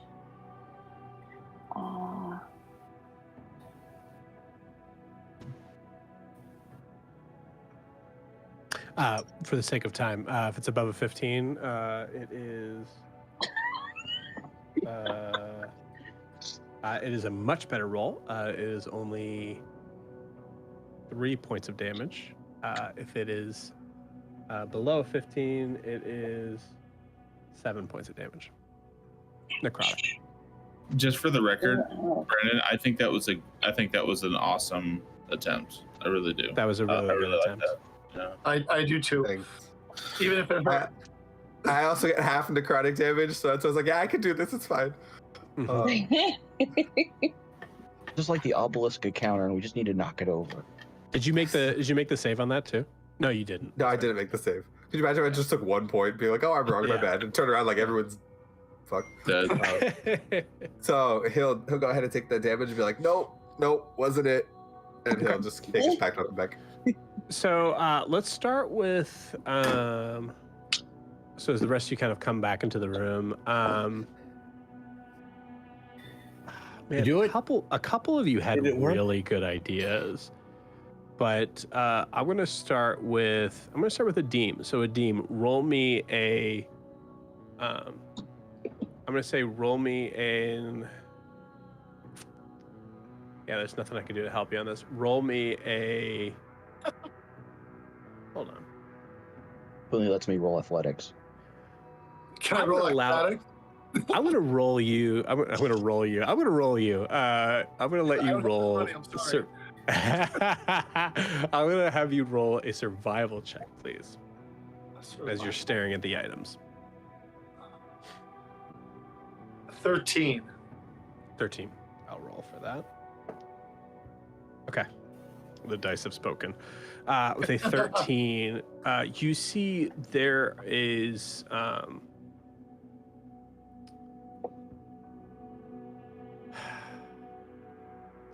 Value is a tricky thing because most of the time, most people that are, most entities that are smart about what they value the thing that is going to prolong their existence and keep them alive and keep them well nourished and whatever. I think that rules out a couple of these. Looking at the hammer itself, the hammer does seem to represent power. It seems to represent a certain amount of respect based on the weight that it takes to even wield it. It certainly represents like violence, as it seems to be, fit for war. None of that seems to kind of set to the idea of a value on a sense of like prolonging your existence, unless that existence is threatened. The goblet can hold water. That's fairly, that is something that is fairly important for existence, but it in and of itself isn't the important thing. It is the water itself.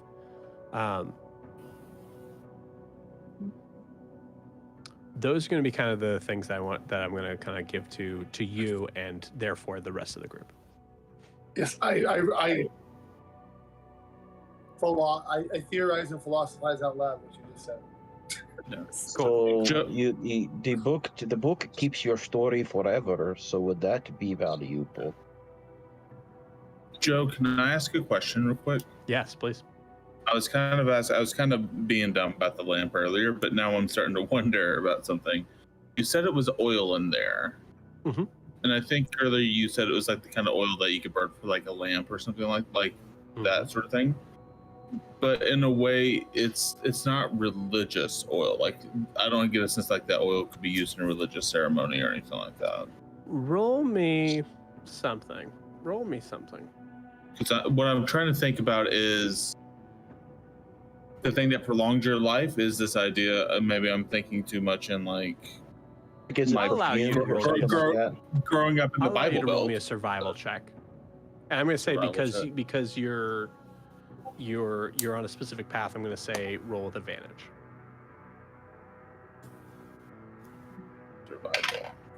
Survival? Ooh, that's not surviving. I rolled a 5. Cool.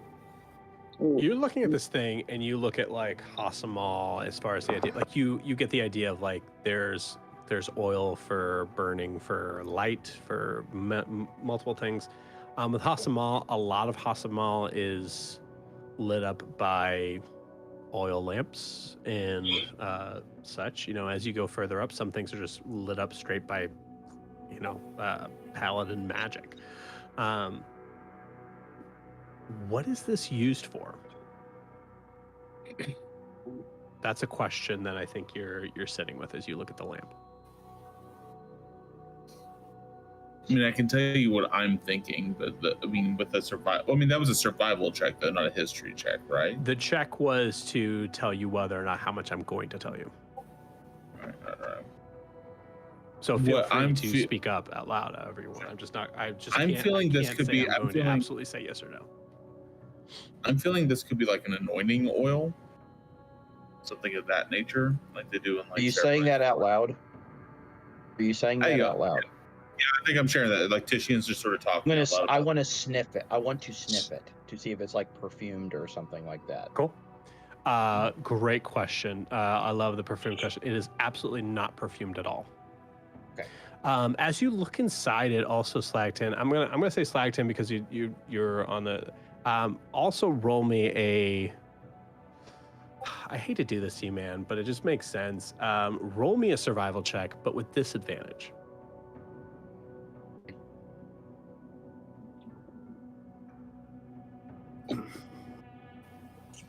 And 10? Okay, I'll roll for a 10. Okay.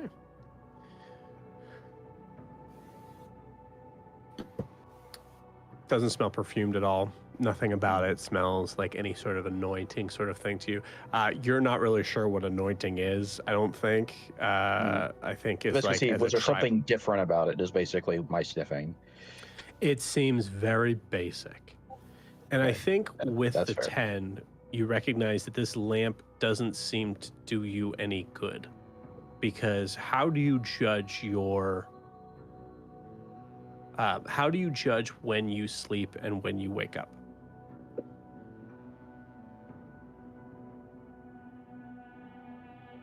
Here's a better question. How do you judge your sense of time? Good question. As Slagtan. This is by light. This is the sun. By the sun.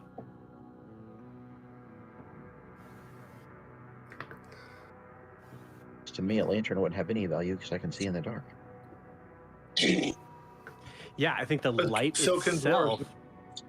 Go ahead. Yeah. Yeah, dwarves can also see in the dark. So what would an oil lamp be used for? To light torches. I'll say maybe Sure. heat. They don't have heat naturally. It's cold down here. I'm going to ask the question one more time because this is kind of the important part to it. Slagtan, how do you measure time?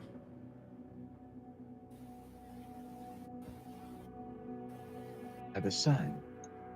It's by night and day. How would you measure time if you didn't have the sun? And my sleeps. 'Cause I'm not used to being where there's no sky. I know some people when they can't see the sun will make candles or something out of a certain material that burns at a certain rate, so that when the candle's down so far, you know, an hour has passed, 2 hours. So when the lantern burns out, the time is up. Oh. So the lantern is a clock, is what you're telling me. Or at least a timer. So I do not know what clock is, but it tells time. Or a timer. As everyone's saying that, you guys did really good. So I want to be fair on this because you also said another piece of the puzzle, and I want to make sure that you guys remember it. I agree. I in no way do I want to patronize you guys, but I want to make sure that you guys fully get this in a way that feels good for you guys. Grian, read the statement one more time for me. To seek further entry into gold, place the item of most value before me.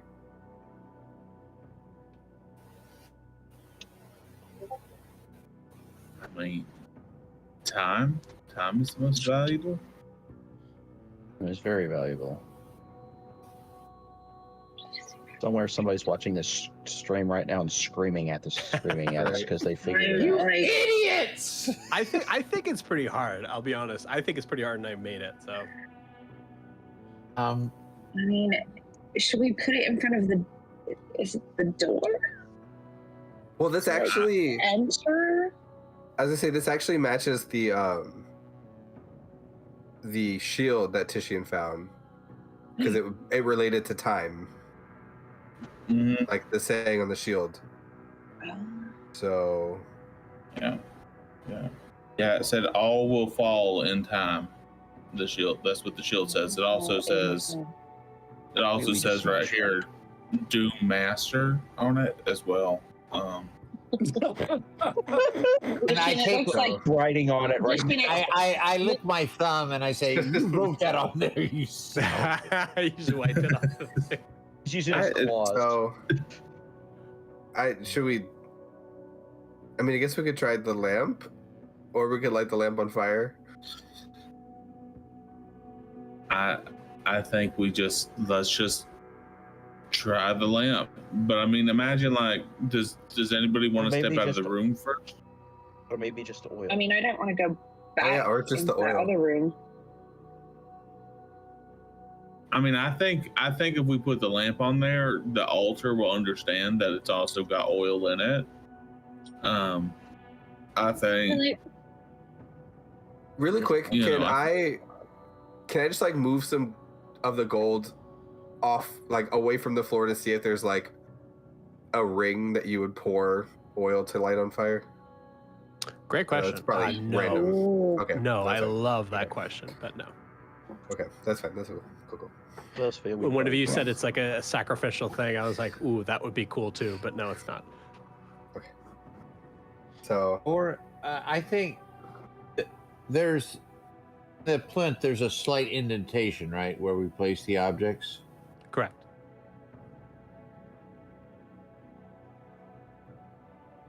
should Did we just put determine if we can pour the oil out of the lamp? I think we're out of We just character. put- I think we're overthinking it. I think we just need to put the lamp on there. You fully I'll are. also kind of point this out. It's really hard to tell time without the lamp itself. The oil that is no longer in the lamp signifies the time, not the oil itself.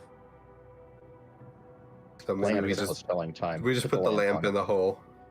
Light the lamp, not the rat. Light the lamp, not the rat. All in favor to put the lamp in the hole. Sure. We want to That's go back to giant. our previous brain is arrangement of squishies out in the hallway. Yes, please. I Okay, don't know how many Squishes more out the hits I hallway. could take. Who's out in the Yeah. hallway? Okay. I'll go with the squishies. I'll go out in the hallway. Panthera, Ianthe, I assume. I'll go Oh, with yeah. them. Okay. Is And it- Slackton. Because I'm not tough, just in case the ghosts get through. Sure. All right. So then the three of us will put the lamp in the hole. Okay. Yep. Cool. Roll me a wisdom saving throw. Shit. God damn it. Do we You get guys are so advantage in the close. hallway? Yes, you do. I got a You should natural get- one twice. Dirty. But we should get disadvantage because we were dumbasses. No, you guys are really close. I don't need that. I'm kidding. I got If you rolled a 15, I'm gonna say if you rolled a nat 20, I see a 20. I don't know if that was nat or not. If anyone It rolled a was nat not. 20, you don't take any. What'd you get? Nat 20? Cool. Awesome. After I'm two gonna- nat ones, I needed this. I'm going to give this to you, actually, then Ianthe. So for everybody else, if it's above a 15, it is. I'm rolling really low, which is great. Okay. So that is you take 3 damage. If it's below 15, you take 7 damage. And I take none. And you take none. Not only do you take none, I needed that. as you see this necrotic sort of energy kind of like around everywhere, and you're able to kind of like just block your eyes from it. There's like an area behind your fingers, and you see the statue.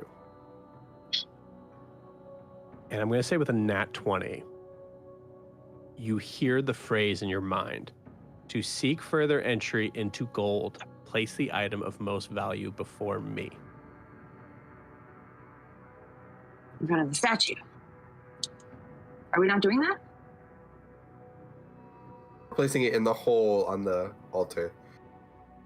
So maybe put the statue in the hole and the lamp before the statue. We share that. I think. That's you guys. What if we just try to put the lamp in front of the statue as it is? And we Yeah, we we keep could- putting things on the altar that cause We damage. could try that first because there's no. Yeah. Yeah. Good idea. All right, so then the three of us out in the room will go ahead and put the lamp in front of the statue.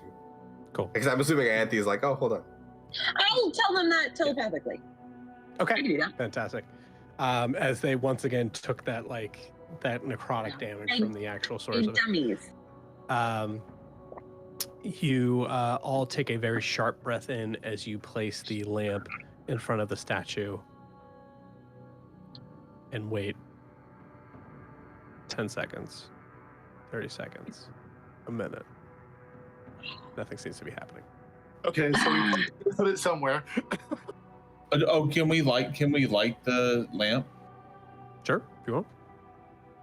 Someone have something to light it with? Wait, Uh, got a tinderbox. I mean, Yeah, I have Druidcraft. I've got yeah, I've Sacred got Flame. prestidigitation. I can light things. Yeah, Druidcraft, Prestidigitation, Yeah, with between cantrips two. that can light campfires or Oh, perfect. candles. Yeah, absolutely. Yep.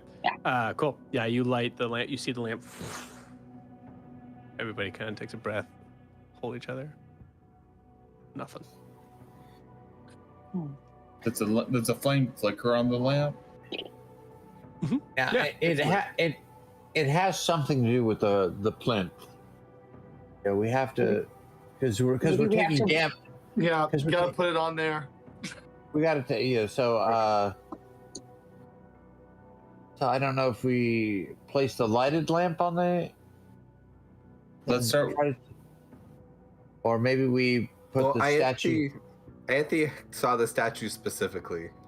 So I see- Ianthe, you kind of like in like the words kind of appear before your head as you see that the end of that phrase says "before me."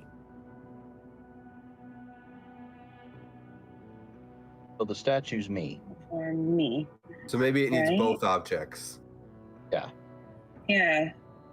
Will like, both put the- objects fit Wait, in wait, the- but maybe in order it needs to be the flame and the for me. Oh. I'm just completely spitballing that.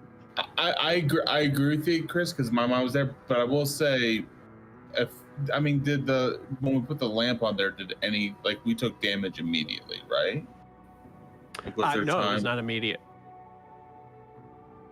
I say there's probably a Oh. slight pause, and I apologize for not being clear on that. Oh, okay. So should we try that then? Yeah. I'm confused now. Which one are we trying? Putting the lamp on there and then the statue.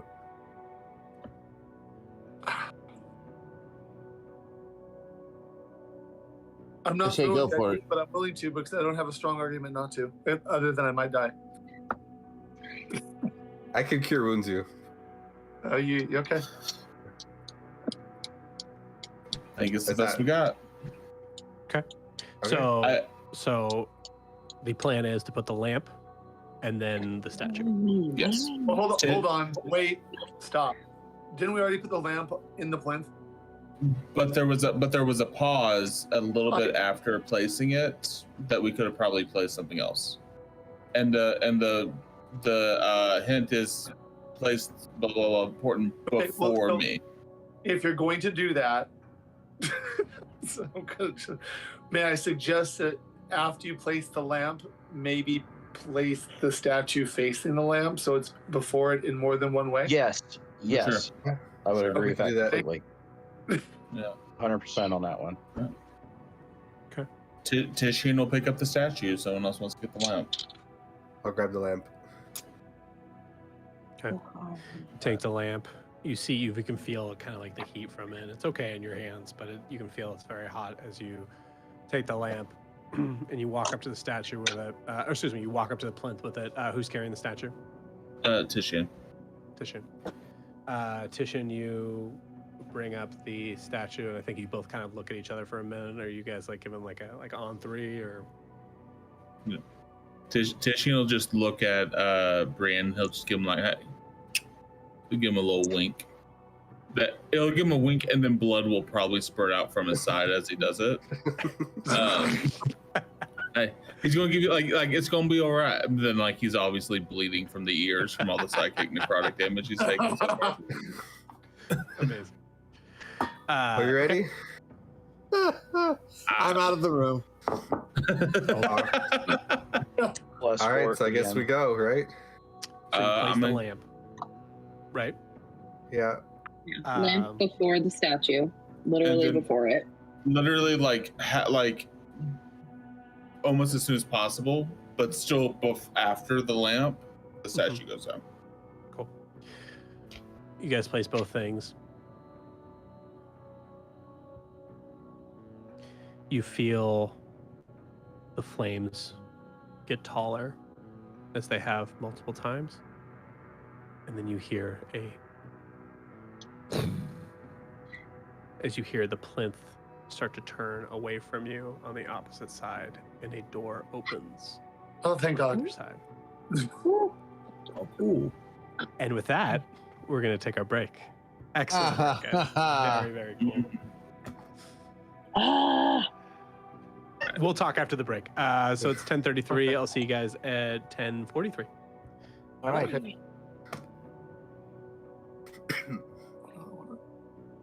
we go.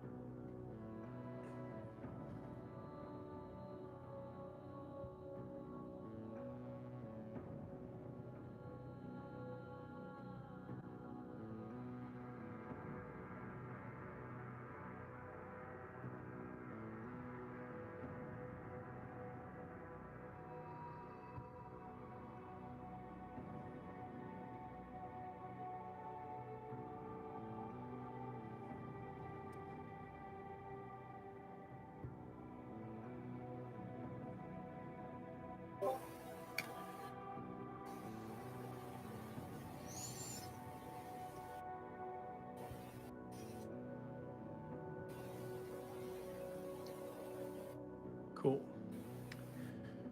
All right. What did you guys think of that one? Too difficult? Right on the money? Yeah, it was a bit of a trial and error, but we got it. I thought it was I good. think you guys did great. Like I said, if that one wasn't going to work, I was just going to break the rock and see how that went. For the record, Probably not have been a good idea. What's great about these puzzle things is that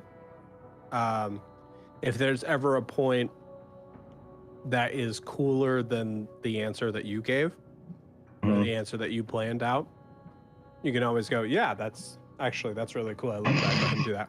Yeah. So I was open to that. I also will not pretend to. I'll be honest and tell you there are puzzles that I don't know the answer to. I'll just pick the coolest one. In this case, this one was not one of those. It was very specific. I will say, the before me sort of thing, I would have accepted either answer. I didn't think of the idea of actually. I think my original thought was to place the statue, and then the oil lamp before the statue as saying like presented to the statue itself. Yeah, I can see that. But literally before me also makes sense too. So what was great was I was like, I'm gonna say that totally works. And then Jack, you were like, well, let's have it face the lamp too. So it's also before that. I was like, that's perfect. That does answer both of them. That's so good. I would have accepted either one. That's great. But yeah. So this was obviously we're still in the middle of it, but I wanted to give a kind of a quick anecdote sort of thing. This is a question that was this was a late night like shoot up out of bed sort of like question of like, how do dwarves tell time underground? Like, how does that work? And then looking it up, like, and I mean, there's no clear answer, obviously, because I don't know if you guys know this, they're not real, they don't exist. But you're very fluent in their language. Yeah. But one of the answers was that most likely was some sort of candle or some as Finn mentioned, some sort of candle or some sort of lamp that would tell the time that has passed through that, which I really loved.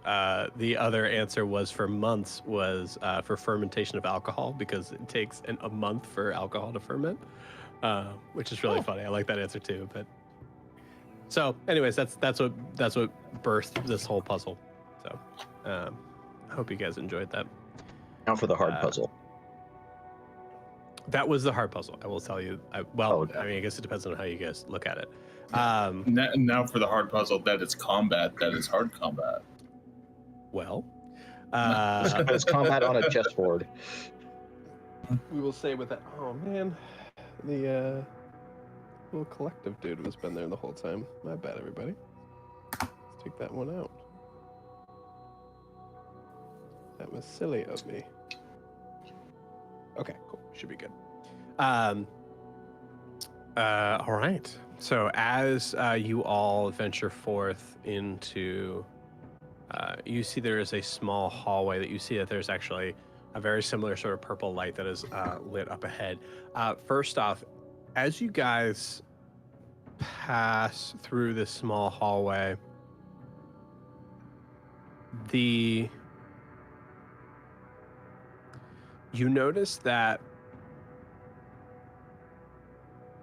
there is a change in temperature once again. It does feel colder. It does feel like you're going deeper. But you also notice that it looks a lot cleaner. You notice that the stone pathways seem to have been, there doesn't seem to be like dust that is kicking up under your boots as you guys are walking through. And I think this also, I'll kind of put this on someone's shoulders here. Panthera, give me a perception check. Okay.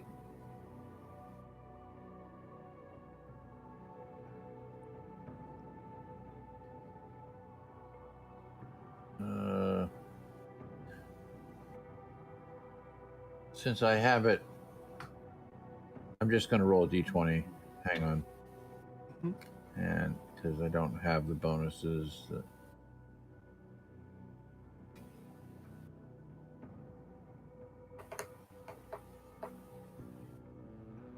I hope that's a 7. Yes, it is. Okay, 7. So, total of 11. 11. Okay. With 11, you get the feeling as you guys pass over the threshold that that even though it seems cleaner here, there is no sense of life here.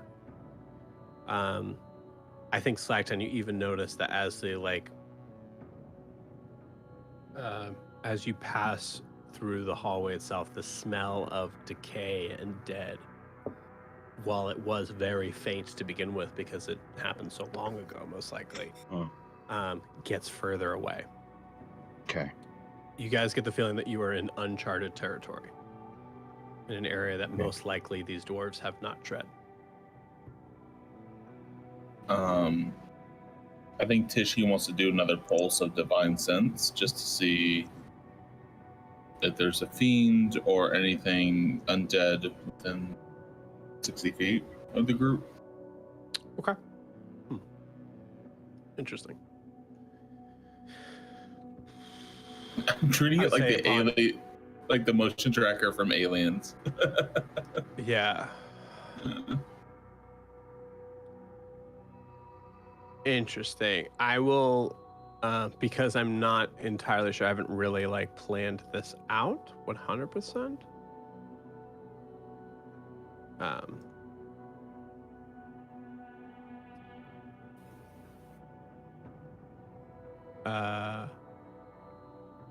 I'm gonna say this. Roll me a d20. 15. Okay. As you guys come up to this next chamber, you see there are, first recollection, you see that there looks to be a statue in the center of this room. This room looks very similar, except that you don't see any gold in this room at all. Besides the walls. The walls themselves seem to be encrusted with gold, as there's ore that's surrounding all of it.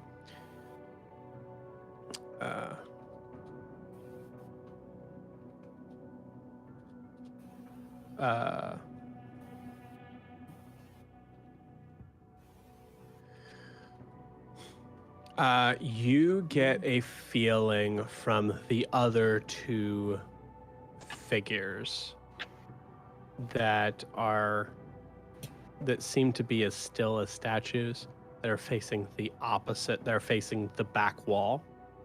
You get a feeling you get an undead presence from them.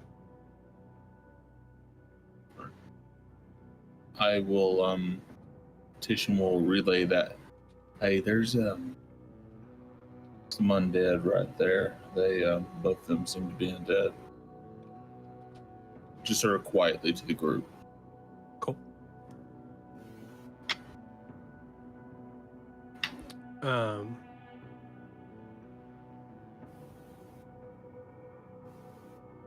Okay.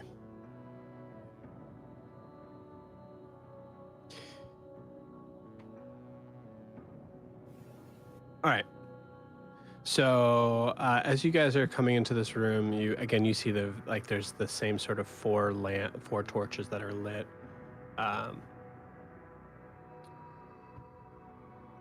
And for the two figures that are facing opposite, you see that it looks somewhat like night-like. You can see that there are actually two horns that are the helmet itself looks to be golden. It's facing kind of the opposite direction, but you can see there's a golden helmet that has two horns kind of above it in not in a devilish sort of sense, more of more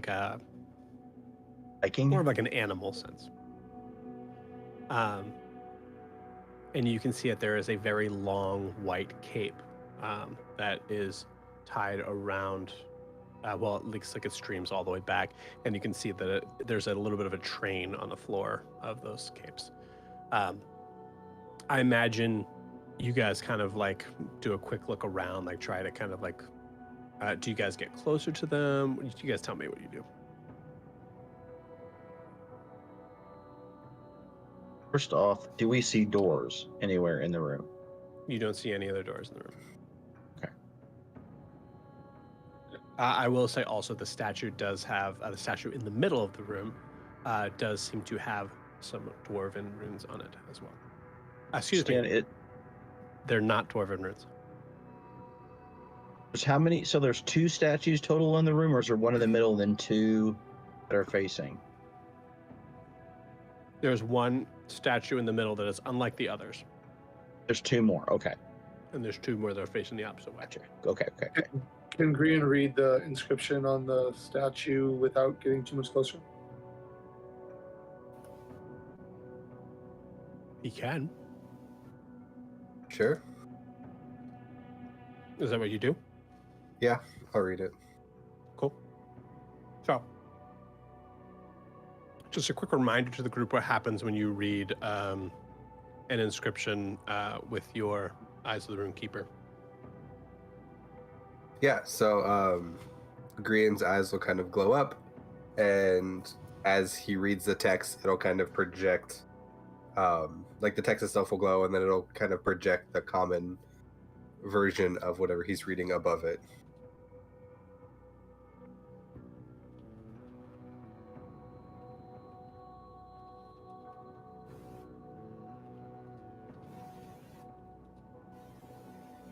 While he's doing that, Tishin will heal come up and pat Adim on the back. Too and give late. him 10 points. Too late. So if you remember how you read it, the words reflect back to you, right? In a clear understanding of as you read them, there's light that shines that kind of projects and refracts off of the writing itself. It says, I want to make sure I'm very clear in this. So I'm going to read my writing first and make sure that I'm very clear.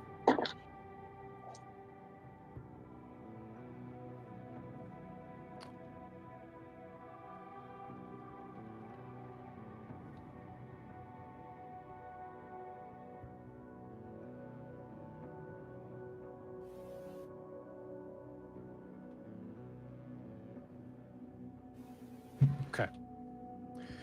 All right. I think this is okay enough. So, on the statue that you see a tall figure, by the way. Let's actually explain the statue for a second. So the statue itself is hooded. It does not look dwarven at all. You see there is bare feet on the ground. You can see the hood kind of goes past. And as you look up at the face of this being, you see it looks angular and very beautiful. As you see, I think that's all I can give you because you're reading the thing right after this. As you read the plaque that it is holding in its hands, it says very simply in, again, an Elvish language, but it is in a dialect that is slightly different. Give these knights what they need most before they take yours. I need everybody to roll initiative. A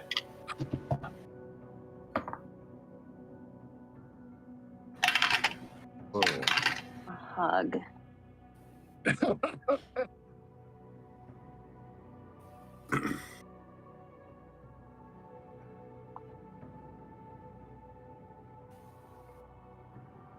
if this works. I kept seeing you like look off to the side, and I was like, "Damn." Yeah. I know. Sorry. I should have got that heal off to you sooner, Adim. Burning through dice because I'm rolling like poo. I knew the job was dangerous when I took it. Oh boy. Feel free to put your initiative on the side. I will roll initiative for these boys. Okay. Oh boy. All right, so it was give these Give these knights what they need most before they take yours. Is knight spelled as in K or without the K? With a K. Okay. Because That the matters. question. Then riddles are tricky like that. Yes. Does my screen look crazy on your guys' screen too? No. Like it's like super small? Hold up. No. No. No, it looks Why good. is it? There we go. There I we don't go. That fixed it. I don't know why that was weird. So we should just heal these guys, right? Like that's the. What if I could? What if I could? I mean, I can cast guidance on them if someone else has something of that nature. We'll just kill them with positivity. Yeah. Kill them with I have kindness. light. I have light. I have lots of light.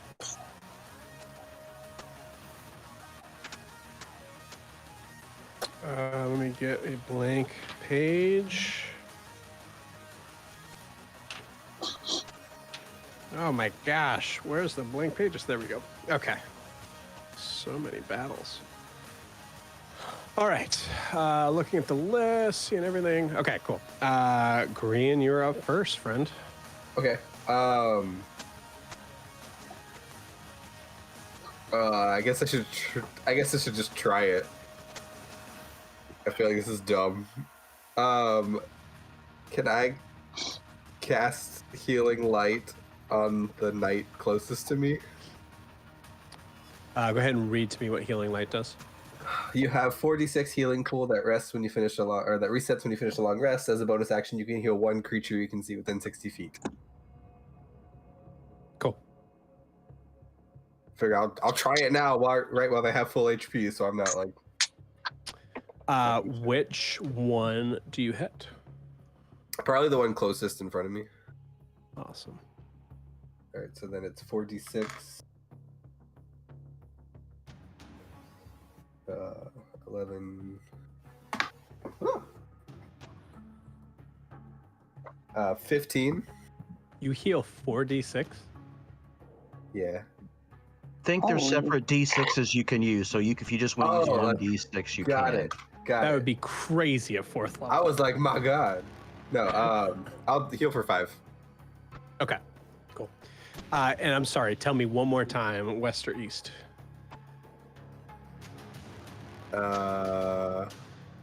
It's the one directly in front of Tishy. Okay, cool. All right.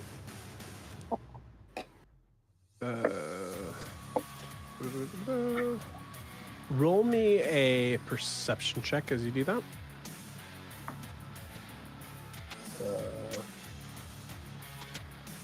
21. Oh, there you are. 21. 21's pretty dang good. Hey, Green. You see that dude stand down?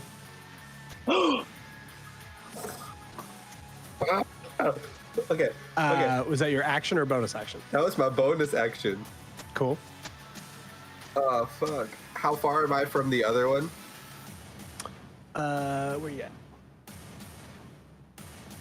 So you would have been reading the stats. So I'm going to put you here, which means you're kind of dead center from all of them. So I'd say you're about 40 feet away.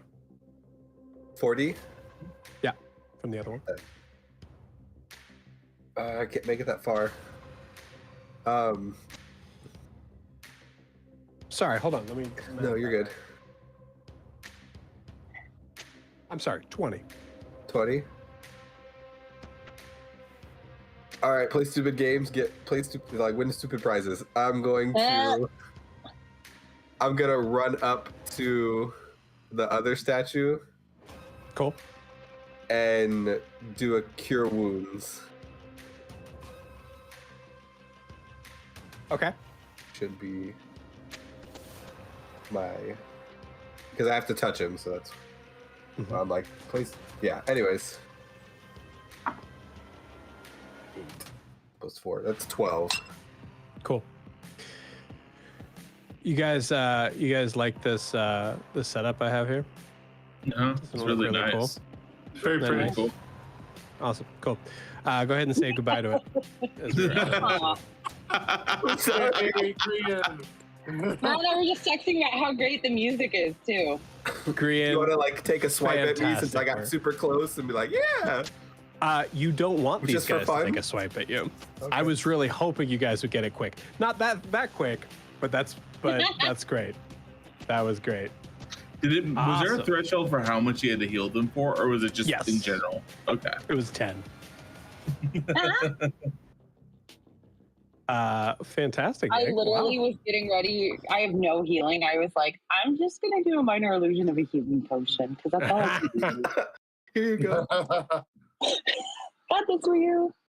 That's I'd like to say awesome. I'm glad I was last in initiative. Yeah, that was the other thing too. I figured initiative, the way things would go is that typically, the healer would not be the first one up.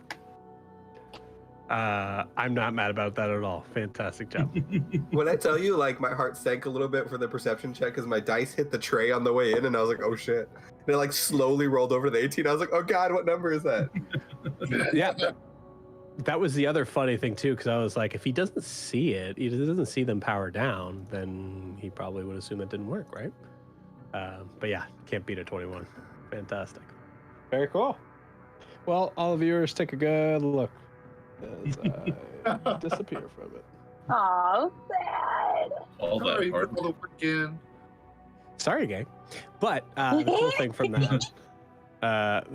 from that, We didn't die. is we get to, you didn't die for one. Mm.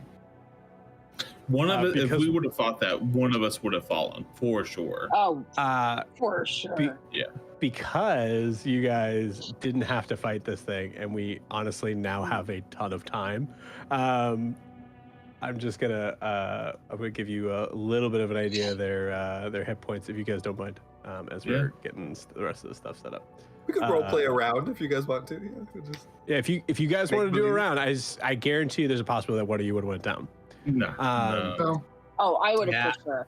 Well, we'll take you. Uh, We'll take your word for it. Armor class 20, Yeah. hit Oh my points gosh.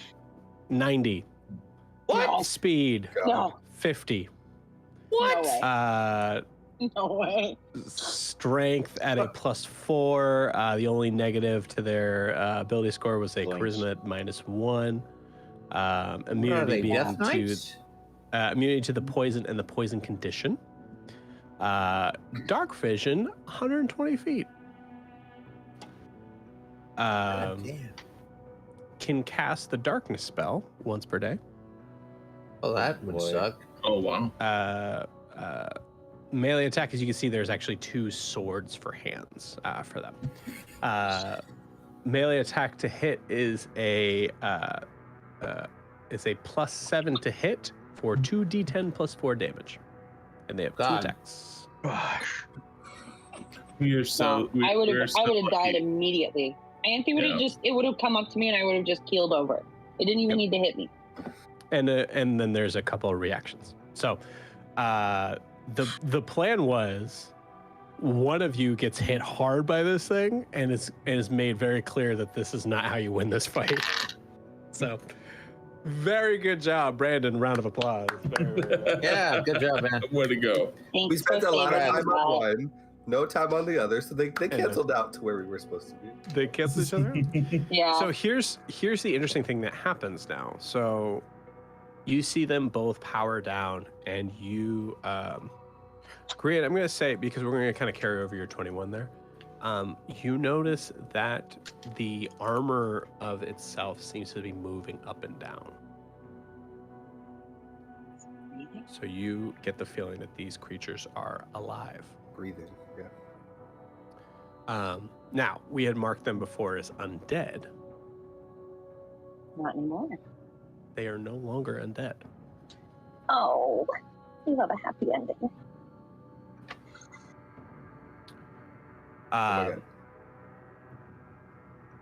I'll let you guys role play this moment. There's something that will be happening here in a second, but feel free to do anything you want to do in this moment as you guys fully got ready to fight, and then Green just ran up and tagged both of them. Wow, Green, you literally killed them with kindness. What do they? Are they a certain race or? We don't know. They have their like full getup on. Mm-hmm. Okay. Full armor. Gotcha. You also saw them as they started the fight, which would have been really cool to roleplay, but I love how this turned out. As they started the fight, they levitated slightly off the ground too. Oh. So they would have been considered large creatures. So they're much taller than you.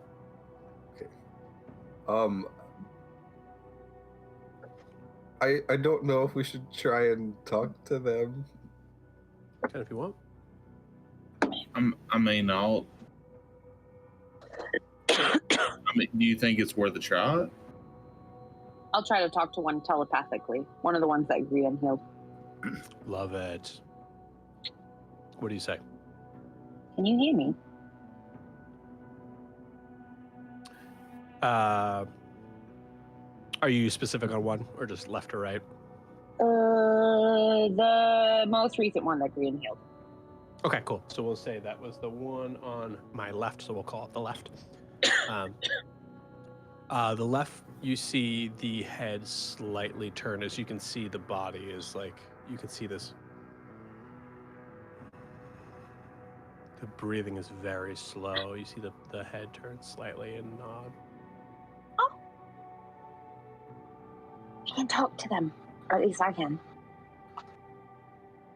Is she speaking common? Yeah, I am, yeah. Okay. So I guess to make it a lot less awkward, because I'm probably standing in front of the one that we're talking to. I don't know if that's a good point. So I guess I thought was speaking telepathically. Let me see. I think you still have to choose a telepathy. language. Probably. Let me see about telepathy. That's a very good point, Jack. Stuff. Your utterances are in a language you know, and the creature understands you only if it knows the language. Okay, cool. It seems to turn towards you. Its head seems to turn, does not seem to nod. Because it's taller, I will. I mean, I guess from that point, like Ianthe would have told us, be like, it responded, so like, we can talk to it, but it can't understand us. Yeah. So I guess I would seeing the mess, like the Elvish from earlier. I'll go ahead and I'll speak to it in Elvish and just be like, "Can you understand what I'm saying?" It's fun. The same one. Yeah. I'm literally like, I had to touch it in order to use Cure Wounds, so I'm like, Right. You see this figure that has like has dropped its levitation down slightly, still standing. How tall is Green? 6 foot. 6 foot. From where it's positioned, it's probably closer to being like 8 feet. So it kind of dropped maybe from the 9 down to 8, but it's staring directly down at you and slowly nods. Does not seem to respond. And I would say because you're actually really close to it, you can hear shallow breathing. Okay. Do you need any more help than what I provided for you? Like, should I cast something again?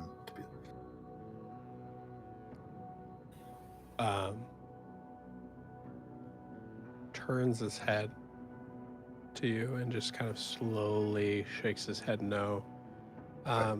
You see both of the figures look up at, I say Titian, you probably see this as you're kind of like a little bit further back. You see both of them kind of like look up at each other almost at exactly the same time. Like, so they're looking face to face, both of these knights, and then turn and drift towards the back of the room. Is that away from the way we came, or the way away from you guys? Yeah, from away from the way you came. As they start to glide forward, you see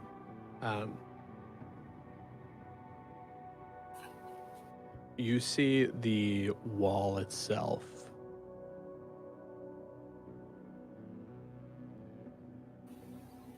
You see it kind of start to crack as one of the knights places like there's no hands, so places the tip of like its sword hand onto the wall, and you see a crack start to form up from the hand of the sword all the way up and start to kind of tree off into like sort of different veins. And you see that the veins themselves actually are following the paths that are the ore of the gold that is inside the wall. And you see it start to melt down in a formation that you didn't notice earlier is perfectly centered around in a way of a doorway. So the veins themselves melt down to a door of molten metal.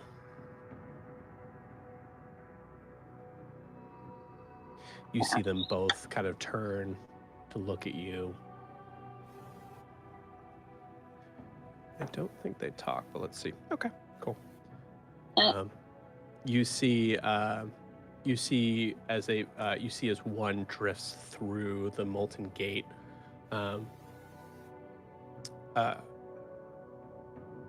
You see the other kind of like start to move towards it, and then like turns towards Grian and does one of these, kind of like beckoning you forward. Okay. It looks like they want us to move forward, and that's really the only way we can go. They seem to be friendly, or at least not openly hostile. I'll go. Sure. Yeah, I'll head forward. Okay. Upon seeing Grian and the rest of the group start to move up, the knight itself kind of floats through the gate.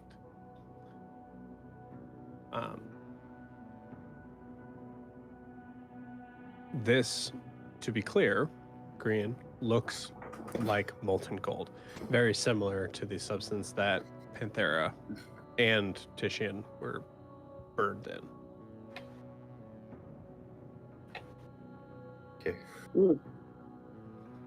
That's fun.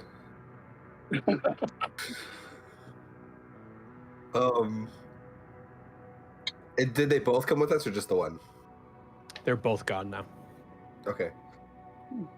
So don't touch the sides as we go through. It looks like it might hurt, like it did Panthera and Titian. It's the whole gate, just FYI. Yeah. Like it's like the entire Oh, like it's not open. We have to like go through it. We have to like No, the entire door is molten gold. Yeah. So it's not open. We have to like open it. Well, you saw them walk through. It seems door is probably not the best way to put it. Gateway would be a better way to put it.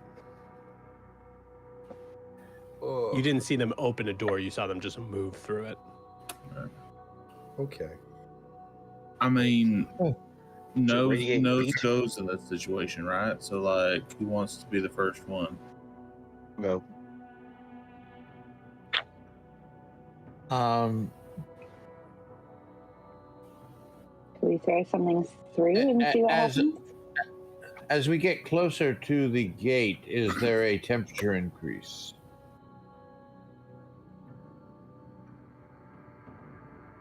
Roll me a nature check. Okay.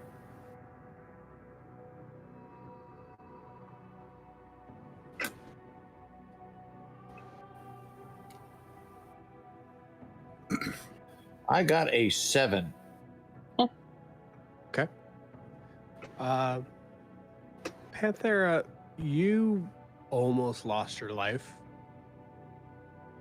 in a similar situation. It's really hard to concentrate as you were staring at this place that everybody's like telling you, like, yeah, okay, we just go through it. Like you almost died in this. Yeah. I Looks dangerous. Somebody else go first. I stick I my see it? finger in it. I just stick my finger in it. As you stick your finger in it, you feel an immediate heat. Scorchingly painful. I'm going to say this. I'd like you to roll me a dexterity saving throw. And I'm not going to tell you what I want the answer to be. Ugh.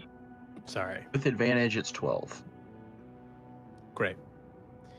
You are not able to pull your hand away fast enough as you feel the heat kind of going up your finger. Okay.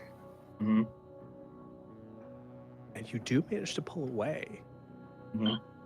But you don't feel... You feel heat, but you don't feel any pain from your finger. And you know you didn't pull away fast enough. I'm just gonna look at Titian. I'm going through, and I'm going through. Oh, all right. No. Slagtan. Hmm? As you walk through, I'd like you to tell me what is on your person. Basically, it's my pack.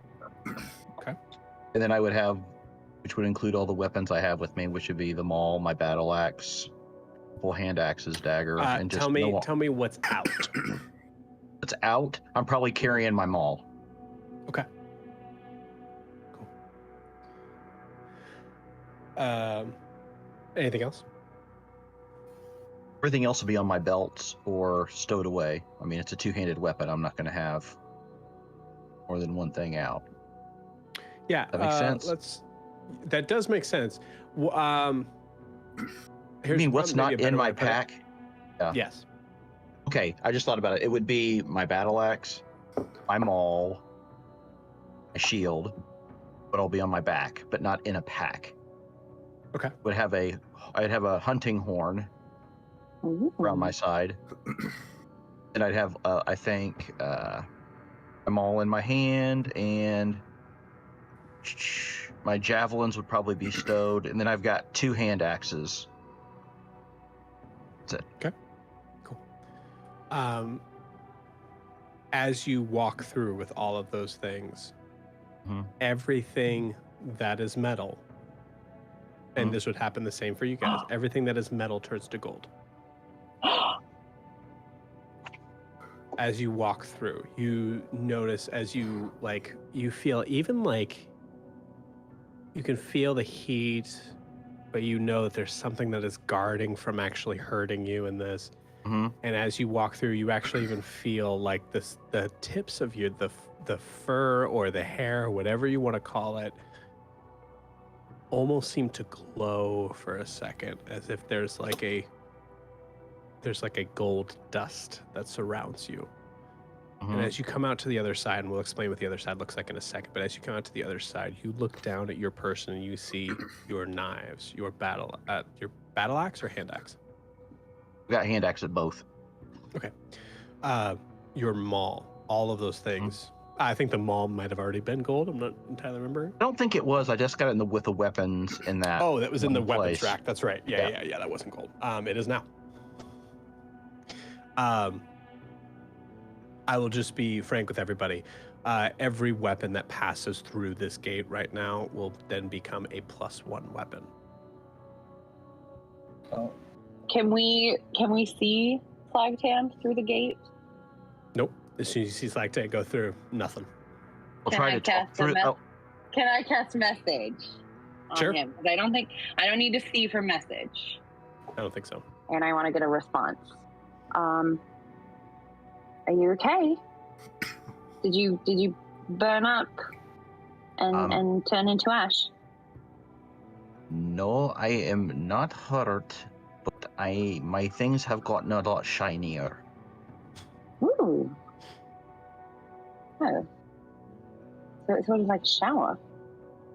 Oh, It is you took gold. a shower! Yay! Still a stink.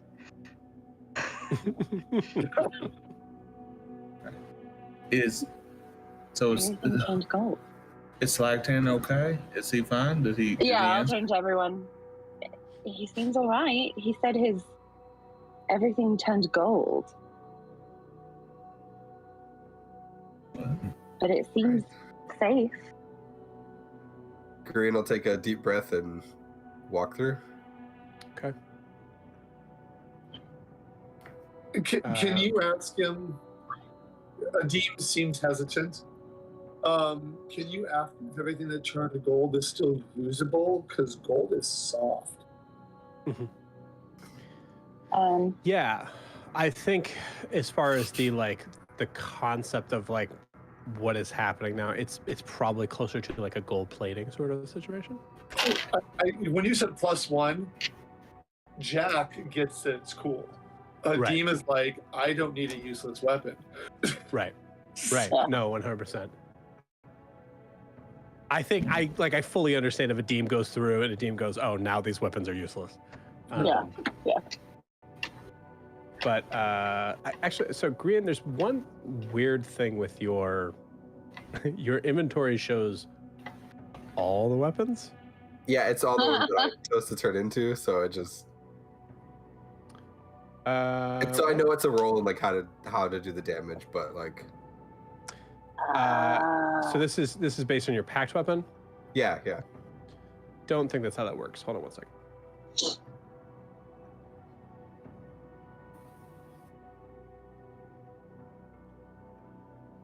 Use the extra pack when you're empty handed. You choose form of this melee weapon takes each time you create it. You're proficient with it while you wield it. This weapon contains magic of the first. You can transfer one magic weapon into your pack weapon before you switch. So I will admit to you this is weirdly worded, and I will be 100% sure on this, but the ritual to change your weapon into a packed weapon takes an hour. So I don't think you have access to all weapons. It's the hold on. I think I get what you mean, yeah.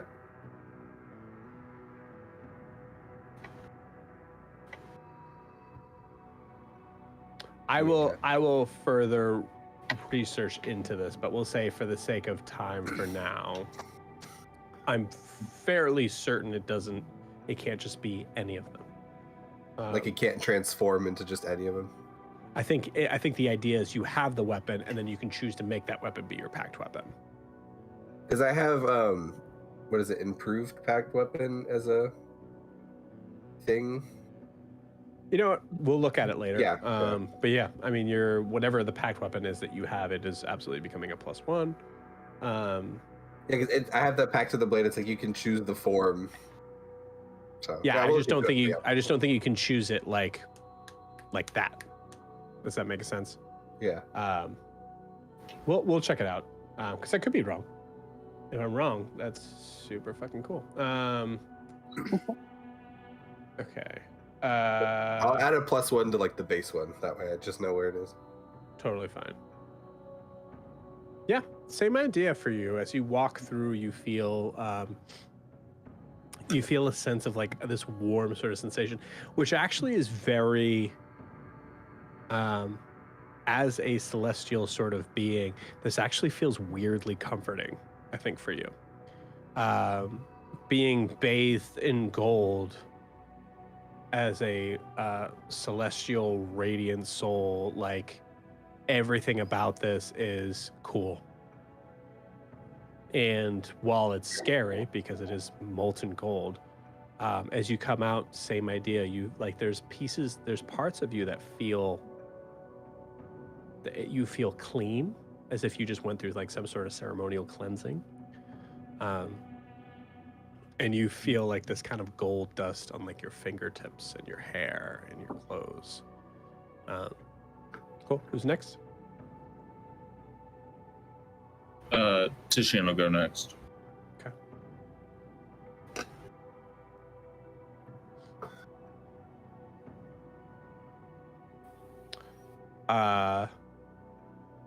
Just make sure I'm not dumb here. Tishian, you walk in and you start to feel that same sort of sensation. Are the rings that you have on either hand or one hand? I kind of see them being on the same hand. Okay. Like the hand that my sword is, like Your sword hand. Cool. Yeah, my sword hand. So I assume he's a righty. It's up to you, but Yeah. As you walk through, as soon as you go, your hand seems to get stuck. Uh-oh. Like stuck on the outside or stuck? It doesn't seem to want to come through. Something is keeping it from passing through. Specifically on my sword hand with my rings. Yes. Oh, no. Am I able to step back out? Yes. All right, I think I'll step back out, and Titian will just sort of poke and prod a little bit with a sword hand and just go to, why the hell? What the? And like I imagine he just sort of each time it doesn't go in. Yeah, I think probably the third time through, you actually start to feel like it burned a little bit. Mm-hmm. I think Titian will put up a sword for a second, and then he'll take his ring. I assume that he'll just make the connection. His rings must have something to do with that. Mm-hmm. I think he'll try to first stow them. Maybe he'll sort of think to himself, maybe if I just put these in my side case, I can get through that way. Yeah. And then he'll pull his sword back out, and he will he'll try to go through that in that way. Same thing. Your bag doesn't seem to. You put it on your back, right? Yeah. Yeah. Oh no.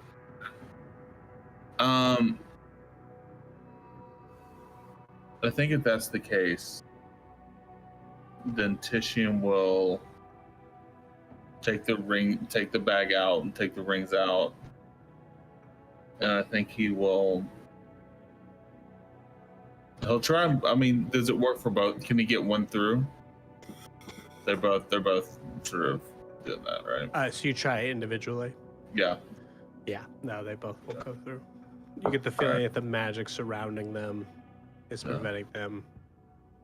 So this is kind of a confusing moment for Titian because he knows the one is magic. He hasn't learned the other one is yet. So it's like, I mean, you have an idea that something happened weirdly with the ring, but yeah, that's fair. Yeah.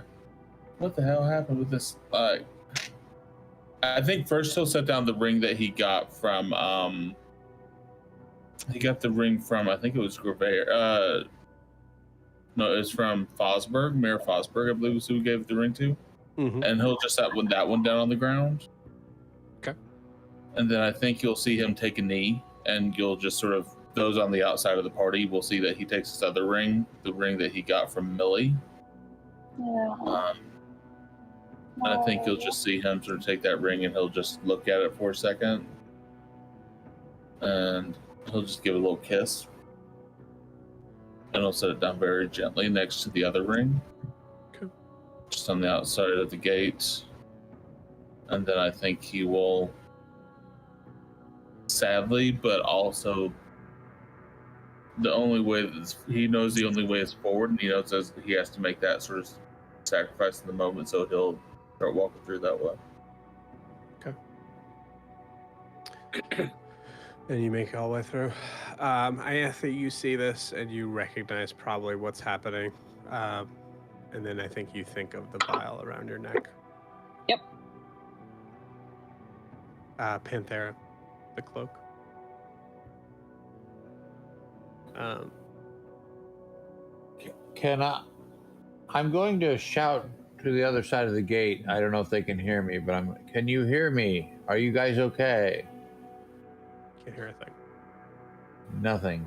But I was going to pray Jake could just scream like I was in pain, but no. So, but I saw Titian go in and come back out, and he appeared to be unharmed, correct? Yes. Okay. So I'm going to fight down my fear, and I'm going to just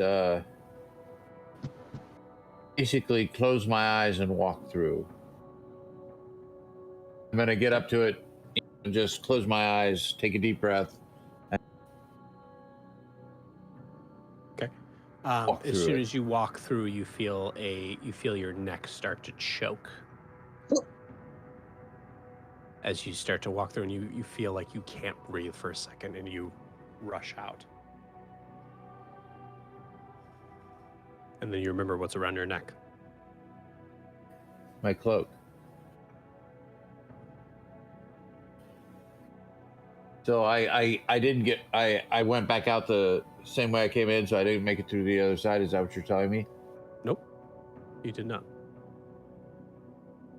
Okay.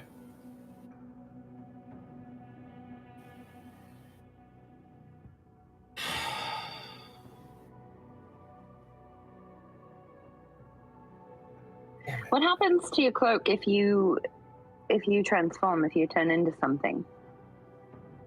I think we established the cloak stays. Oh, I couldn't remember. The cloak Shoot. stays. The cloak stays. Yes. Yeah. Shoot. I love that And- workaround, but I think we made it because it looked cool that the cloak actually stays on whatever animal's on there. Stupid cool. Yes.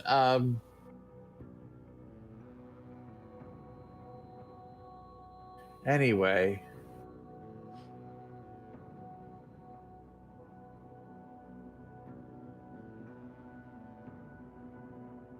Okay. I'm going to take the cloak off. Mm-hmm. I'm going to put it in my backpack. Okay. I'm going to tell you, Finn, straight up, Tishian just tried that and it didn't work. Mm-hmm. I know he tried that. Okay. But since I'm not wearing the cloak, Tishian wasn't wearing the rings. Tishian put the rings in the bag and then tried to walk. Understood. Through but here's my thing. I put my cloak in my backpack and then I become a dire wolf. Oh, so all that melds into my direwolf form, including the cloak. I'm gonna put it this way. Here's what I'm gonna say.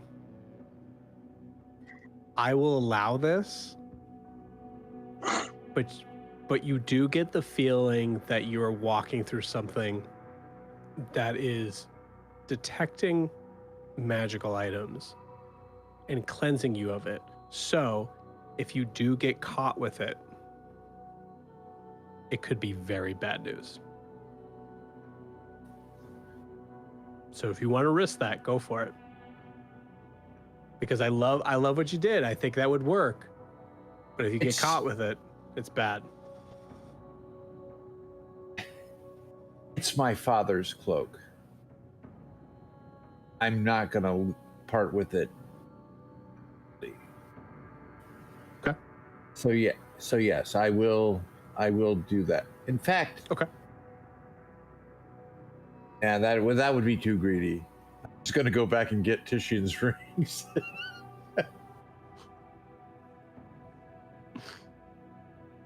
But I'd be thinking too much about my cloak. Yeah, I put my cloak in my backpack. Okay, you said you changed into a direwolf, correct? Direwolf, yes. Cool, you got it. So direwolf form, you walk straight on through.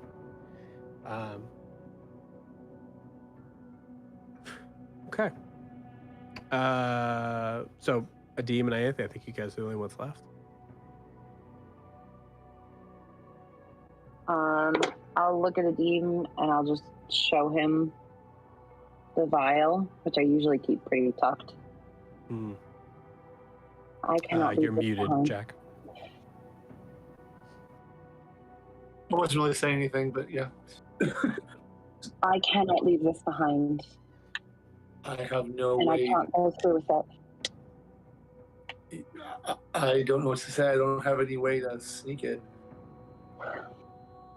You go through, tell the others, I will work on something. No, I'm not leaving you back here by yourself.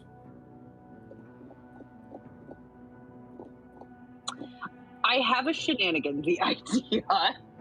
Okay. Can I? Okay. I'm gonna take the necklace off, but I'm holding it in my hand. Mm-hmm. Can I, like, peek my head through and, like, just look through the gate without trying to fully pass through it? I'm trying to get a visual. I would say no. It's not like a straight like doorway where it's like this thick. It's substantial. That's not gonna work then. Okay, that's not gonna work then. Shoot. That was like the only idea that I had. Would just curious, when we passed through it, like, did it envelop our entire body, or like where if our leg moved forward, then there was like nothing underneath it?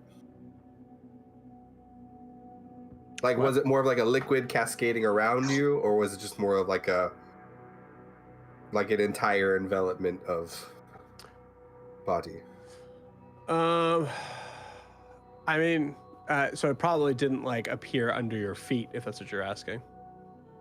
My idea, because what I was thinking about doing, but it's fine now, was going back, grabbing the gold shield, and using it as like a cover to walk through. Okay. But because like if it like envelops your entire body, then yeah. I mean, so for the record, like as a DM, I fully understand like the character choices you guys are making. As long as you guys understand that most likely what you're walking into is a situation where you are trying to receive something from whatever is behind this door. And we could come back this way. Pick our stuff back up. Well, that's I was thinking is just that, I mean, no one has come through this way. Correct? And actually, just to be clear, before that, there was some very clear patterns of saying that the dwarves that you've seen throughout all of this have never been in the room that you guys are in now. Right. Yeah. So, I mean, I don't want Ianthe to lose what's important to her, but I'm getting the impression that we're eventually going to want to leave this location. And unless there's some magical way to leave, we're going to have to leave the way we came, like we do from most buildings. I'm hopeful that it will be here when you get back, since clearly there's nothing else that's been this way. I can't promise you because I don't know where I am either, but that just seems like it's a reasonable, logical step.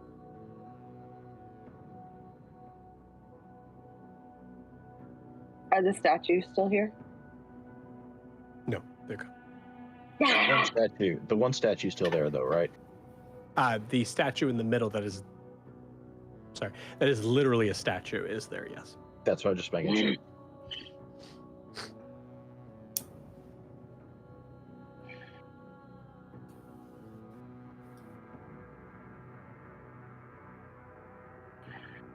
Are there still piles of gold around? Not in this room. Not in this room at all. Is there anything that is hiding? Like I could put something underneath something else. Or Heidi? Yeah, absolutely. I mean, there's still rock formations in these walls, so there's like you could probably, like, you know, you're strong and you have weapons. You could probably knock a chunk of rock off the wall and like. So what I'm thinking is given Tishian's sacrifice, I'm gonna bend down and grab his rings. Okay. I'm gonna put them in my pouch that has all my trinkets in it. Okay. But it's relatively small. Mm-hmm. And then I show Ianthe, I'm not trying to hide it because I'm trying to steal it. And I take that pouch because the pouch is nothing. If someone's gonna walk by a pouch, and if I hide it, they might even notice it. I'm gonna take it, I'm gonna hide it somewhere where I know where it is, that I can get to it, but it's not easily seen. And then I take it back down, I show it to Ianthe, and I'm like, is this interesting to you? I mean, would this work? If we come back this way, we have to come back. We have to come back for these. I have no issue with that right now. I don't know what the future is going to hold, though. But I mean, it would at least save the objects in question from prying eyes easily finding them. Yes.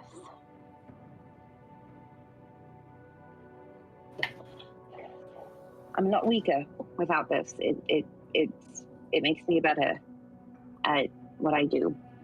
I don't think anything would make you weak.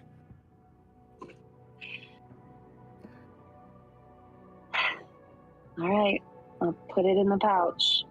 And I tie it carefully, and I put it somewhere so it's hidden from just random prying eyes. For the record, I'm not a thief, even though Matt suggested I make a good fighter thief. I'm not pocketing anything. I'm putting them and I'm hiding them with my trinkets. Even though I doubt the trinkets would cause anything to go on. You guys should read the private Discord message that Jack just sent me right now saying, I take everything. No. Sleight of hand, this guy does. I will say, roll me a sleight of hand on hiding. Okay, I will do that. Only because he asked me to. I'm not intending on doing anything. On see. hiding. I'm just kidding, guys. I'm just messing with you. You're terrible. Wow, well, that's terrible because I rolled a nat 1. So apparently I think it's really well hidden. Got it. Okay. And I do have a question for when I go through. Yes. I'm assuming it's going to be okay. But I still have that brass coin from Bud. Mm-hmm. Does it cause me any problems? Jack wouldn't think, Adim wouldn't think of it, but Jack is.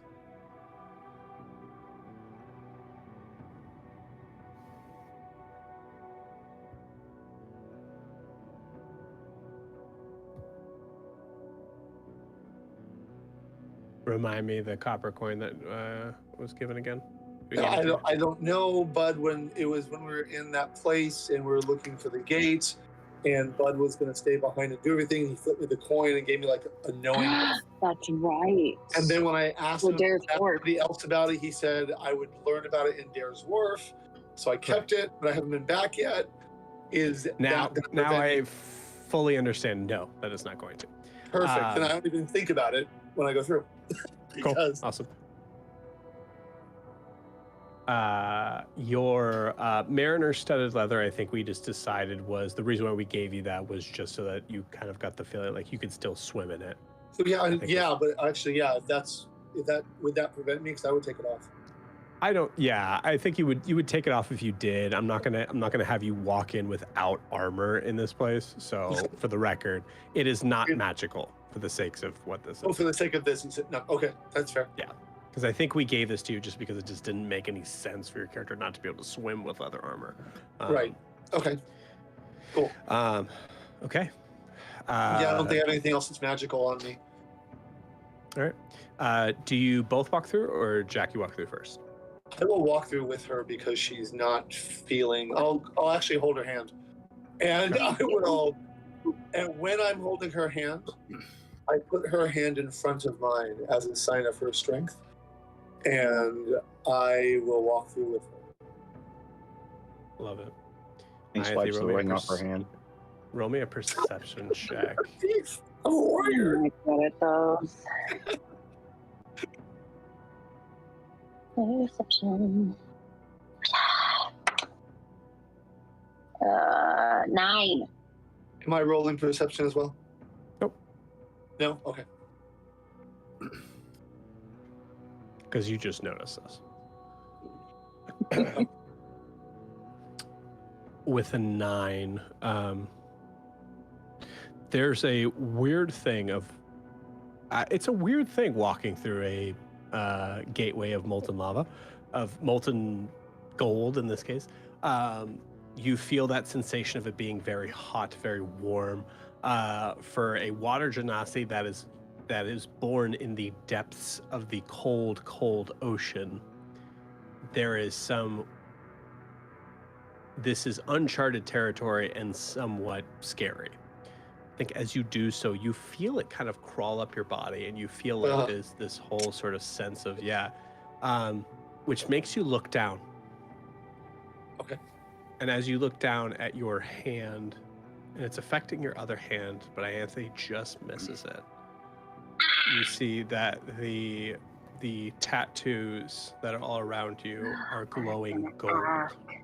Oh no! Not the tattoos. Oh no! But they're not stopping me from going through. They're not stopping you from going through. I was like, 'cause I can't take those off. I pull out my knife and start skinning. Just flay yourself real quick. Yeah. Wow. As you all walk through, as for the record, What? go ahead. Can I just say something before that happens? Since it's affecting the tattoos, just for funsies. Yeah. I will try to reach out to whatever I reached out to before and got a hold of. Since there's something affecting it, see if there's more of a conduit. And just kind of like are you there? Just kind of like a reaching out, not like asking for help or screaming, just like because now I'm curious. There's magic coursing through this magical thing. Can I make contact? Okay. Roll me something. Roll me a thing. Arcana. Yeah, I think this is an Arcana check. Sure, why not? Yeah, 15. Not terrible.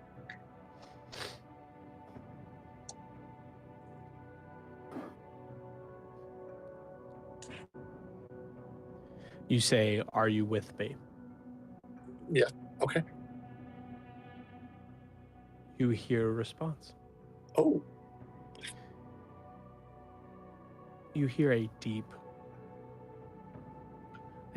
voice that sounds foreign, sounds exotic, but also in a weird sort of point also sounds familiar. okay. And it just says to you, I can't do it justice right now. I don't feel like I'm going to be able to do it justice in doing it. So I'm just going to say, it says to you, in a sense. That's all you hear. As you go Okay. through. I just kind of, as I go through, I'm at peace with the answer and I try to put that out there and Cool. continue. Ianthe, you are holding, Adim's hand? Yeah. Correct? Cool. Yeah. I'd like you to roll me I'm going to call this I'd like you to roll me a roll with your, where are you? Who are you? What am I? You know, I ask myself that on a frequent. Right? I'm always wondering myself. All the time. I'm like, where am I? What day is it? So this is kind of funny because it has to be +3 and not +5 because you no longer have your vial. Yeah. Roll me a Sorry. d20 Yeah. with Yeah, your rub it in, Joe. spell Rub it in. modifier. With your spell modifier, so it should be a +3 now. Well, did my charisma go down? No. I Because I believe it thought gave modifier you, is still +5. It just gave me a +2 to my DC. That's it? Oh, okay, cool. Awesome. Then yeah, add that +5.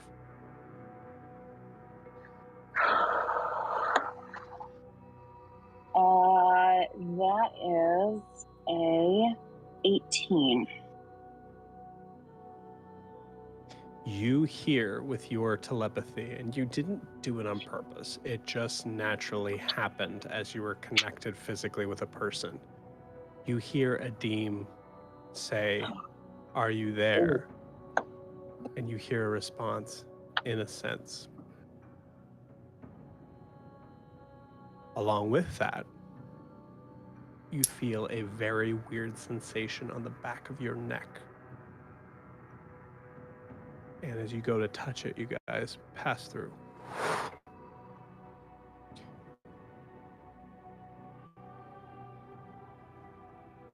As everybody is... What was what? Is she touching the Okay. back of your neck? Yeah, she's touching the back of her neck. Let me see. Is there anything there? What do you think is there? I'm thinking it might be a tattoo like mine, because mine's also on the back of my neck. Yep. But it's only there. It's there for a second. You see it in gold and kind of come out, and then It goes away. So I explained you briefly had a tattoo that looked like mine in gold, but it's gone now. What happened? I heard you, and then I heard something respond. What? You heard what I said to it? I thought you were talking to me. I heard you. Oh. And then I was about to respond, and then something else responded, and then I felt weird, and now I'm here. Yeah, I don't know who that is. I have felt its presence, and ever since I got these tattoos. You've been talking to this thing, and you didn't know what it is? Yes, I've been talking to Titian. I don't know what he is. Yeah, but I can see Titian. We can see Titian. I'm talking to all of you. The only one I know what it is you. I feel like as you all, this is so perfect, 'cause I feel like you all are having this conversation as you bump into Slagtan, who is the first one through. Slagtan, roll me an intelligence saving throw. Oh gosh. Oh no. 18. Wow, 18's really good. I'm gonna see if I can beat it. That was natural roll because it was a 0. I can't. So I'm gonna say, Titian, you are not mechanically stunned, but you can tell me what happens when you look at a temple that is taller than any mountain you've seen in front of you. Miles wide. Oh, I'm not done. There is a bridge in front of you that is rock, but you can see that it has actually been like carved into almost this odd sort of cobblestone sort of placement, that every 5 feet or so one of the cobblestones is pure gold. You see the walls themselves have been carved into these like very I'm trying to think of a better way to put this, but illustrious sort of like carvings of these like spiral sort of spaces, and almost everything is gold. As you look along the walls, you see there are spaces that are carved out that seem to be pathways that lead up and down and through and out, outside of these holes going inside and out. And you see there are beings that are walking in and out of these holes that seem to be made of pure gold. Wow. One of the beings you see, two of the beings you see that are along the bridge actually come out towards you. And from a distance, it just looks like they're riding something, like some sort of beast. It's hard to tell. But as they get closer, you see that they are not riding something. They are literally those things.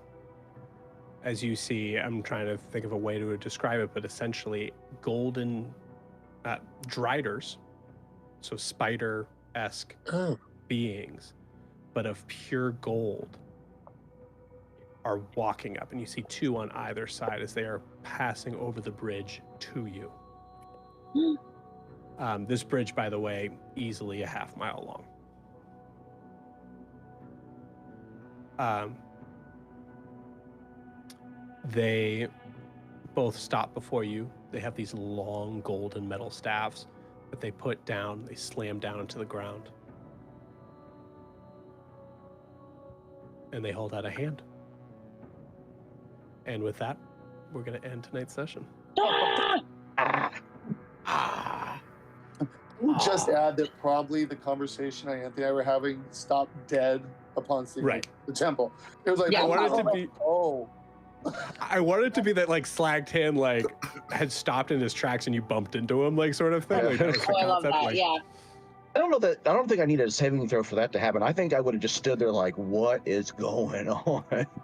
Yeah. Hey guys, welcome to the Land of Ore.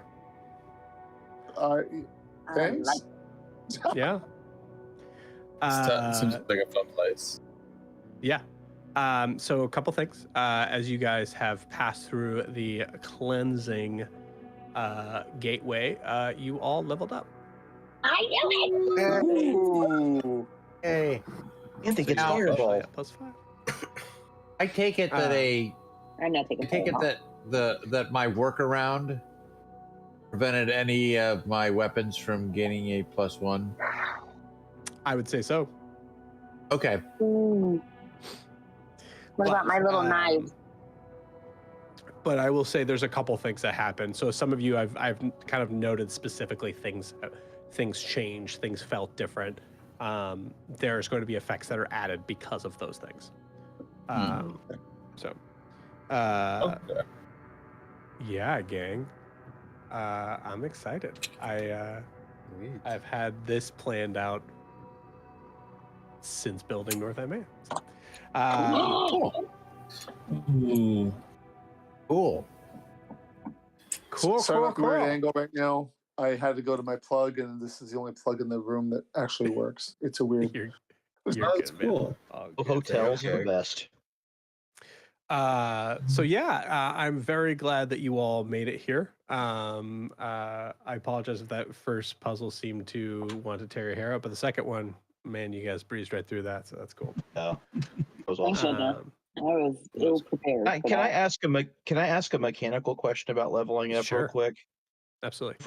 We don't like get hit points back or anything, right? We just go up a level. No, and I would say that this is going to happen at a long rest. Okay, So gotcha. just to No be problem. just to be clear on this, I would say the cleansing itself that you went through, and sorry to keep putting that cultish sort of term on it, but that's literally what they would call it.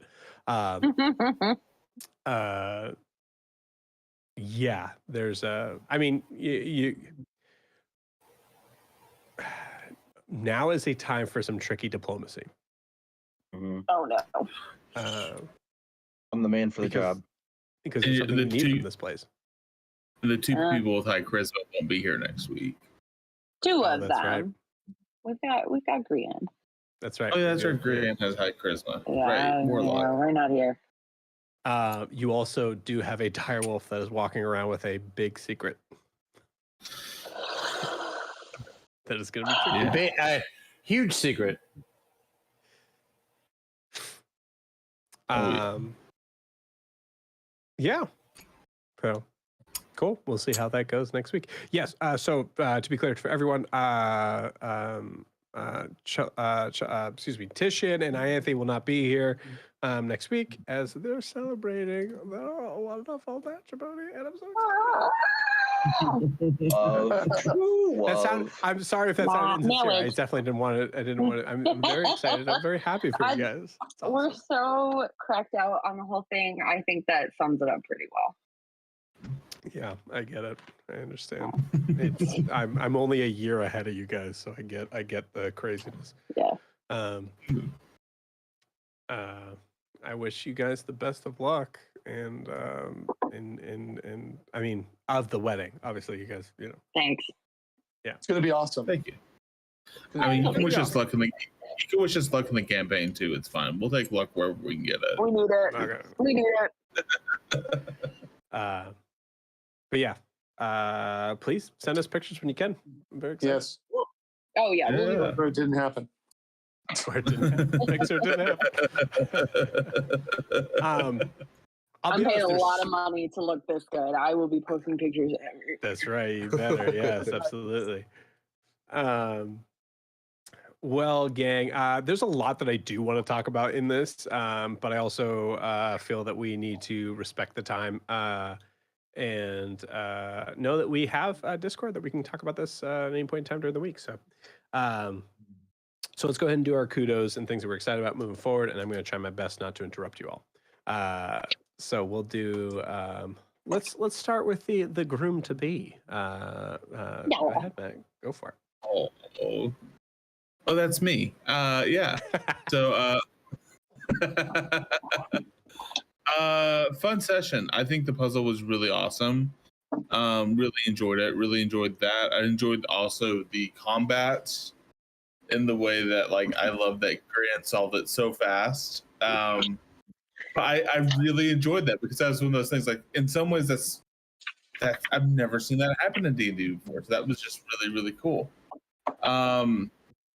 Yes, had a lot of fun. I think my kudos will go to. Oh man, I feel like everyone had a really solid night tonight. I'm going to give my kudos to. I think I'm going to give it to Jack because that moment where like that character choice is saying I can't, I gotta stick by everyone in the room or replace some things on the thing. I think that was a really good character choice. I think looking at you like coming out of there and you only having 5 hit points, I was like, oh my god. But like I'm like, that was a great character choice. I think that was really, that was a Deem. Like a Deem's gonna be there. He's gonna try to help out, even if it's to his own detriment. He's gonna help out. I'm excited for what this new space holds. I'm excited for leveling up, but I'm excited for I think the changes that's happening, and yeah, in the group and everything like that. Everything seems really cool and open right now, so really digging that. Cool, awesome. The bride to be Chelsea. Real quick, I always track initiative when we're fighting so that I can like remember when I'm coming up. And I wrote Grian. Never mind, we're done. That's my note on initiative. So I'm sorry, I don't mean to interrupt you, but I have to at this point because what are the chances of Grian being first? You had 2 healers. You have Titian and you have Grian. Panthera. And Titian, I think 1 out of 8. Oh, Real sorry, talk, yeah, Panthera does have that. Yeah, Panthera does have healing too. Yeah. So I guess it was 50-50, right? Just Yeah, but I was gonna offer He's the only them, one like, that he's the either only one that a can heal. He's the only one that can heal twice in a round. That's right. Yeah, that's actually a good point. Yeah. So, And I was the one that read it, so it's like. yeah. I might be true. able to heal twice a round. It depends. I have to The look. healing hands. Healing hands is an action, and then Is it an action or is it a bonus action? word. Just have healing word as a spell, I think, to pull it off. Yeah, healing word is a bonus action. It's Healing an hands is an action. So Yeah. and I don't think healing couldn't hands do it. counts as a spell. Right. It doesn't Yeah, count as right. spell, but it's a whole action. So I could. Yeah, do but twice healing that. word is a bonus action. I don't have access to healing word. Oh, well, there It's you go. not a paladin spell. I have cure wounds. Yeah. That's right. That's right. All right, Chris, show off. Sorry, I have I'll no lose. healing, and I didn't know what I was gonna do. So I'm glad. In the It would have muggle. been really sucky if a couple people, like all the healers, went down in the first room. In the second I'm not room. gonna lie to you. If I was first, I don't think I would have healed them. I think I would have been like, I'm attacking. A hex, fucking smite. Yeah, that was a big And then choice. I would honestly. go down. Like, that was I loved Yeah. that. That was a risk. great. I paid off. We killed them with Like, kindness. Hooray, hooray. I'm gonna give my shout out to Matt because I about cried when he put down Millie's ring. Yeah, cool. That was mean. That was mean that you made him do that. It was mean that you made me do that. Thank you. It's mean. Thank You're you. mean. Happy. And happy it about made me cry. So shout out to Matt for about making me cry.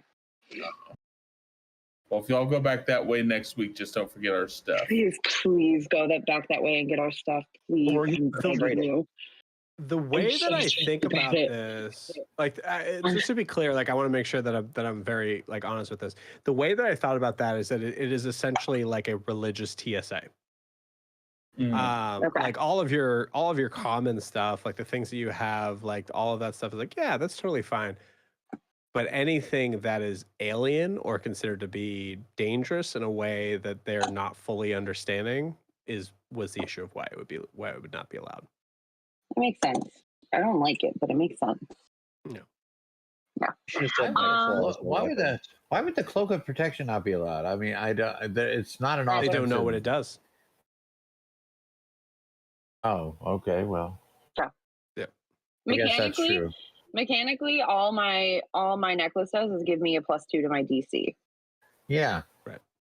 But you don't know, you don't know. I'm excited to get my necklace back. No, I'm excited. I'm excited about this city. It's sparkly and pretty, and I am enthused about that. Yeah. Turn it to the ground. Very cool. Brandon. I am going to give my shout out to Adim for pulling off what he did going through the metal. And the thing I am most excited about is kind of exploring, like getting to see this city. I think it's gonna be real fun. Knowing that we came here for stuff, so like we have to steal from these people we just met. But it's fine, it's cool. You might not have to. You Or could talk just like do it. I love that stealing is the first thing that Brandon came to mind. It's like, yeah, we gotta steal not something. my first. you could try to trade them. I'm just saying, like you have some things you could trade. I don't know what it is. I'm on the other side. Right. Got this bag outside. We'll just go get it and come back. The interesting thing is like thinking about what to trade a city of gold. You know, I got a really nice rock. Yeah. it's a really it's a pretty great rock. Tishine's got a deck of playing cards. I bet you they don't have playing cards. They have golden playing cards there. Anyways, You also have ancient dwarven booze. yep, I that's do. true. That's true. Cool. Move forward. Finn. I think I'm gonna give my kudos to our Google Translate person, Grian. MVP, the true MVP. Yes, yeah, you truly shown today. So that was very good. I'm looking forward to I'm looking forward to 5th level, and now that I have plant growth, yay! So that's the spell I needed for a while. So hopefully, if and when we get back to our world, I can go help. God, what is her name? The person who lives in my house now. Lyseth. Yeah, Lysette and her husband. Yeah, and help them, with their build and everything. So yeah, I'm looking forward to that. And just looking forward to exploring this temple if we're allowed.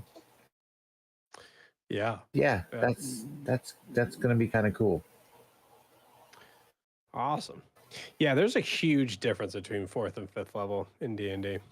Mm-hmm. Personally, I find it a little bit of a problem, but in this case, it's great. Cool. All right, moving forward, Chris. Give my kudos to Mark because I really think he was the key to solving that whole puzzle when he was talking about using candles to tell time. Mm-hmm. I really thought that was what made it. I mean, yes, the DM was giving us a little help too, but I thought that was kind of like, in my mind, was like the key to figuring out that puzzle. Yeah. Looking forward to is go ahead. No, go ahead. So looking ahead, first of all, Revivify is now available to our party, and number 2, Black Tan interacting with Golden Spider people. Who has Revivify?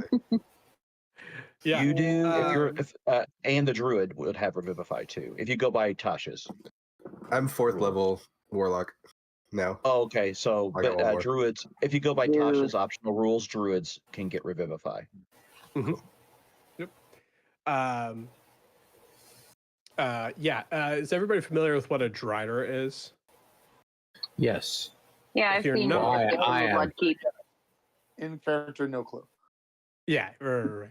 Oh yeah, in character, not a chance. It is a drow that is part spider, part human or drow. Literal. Basically, it's like a centaur, except you're not a horse, you're a spider. Right, exactly. And you're a human, you're a drow. Right. And you're also not real looking, you're golden in this case.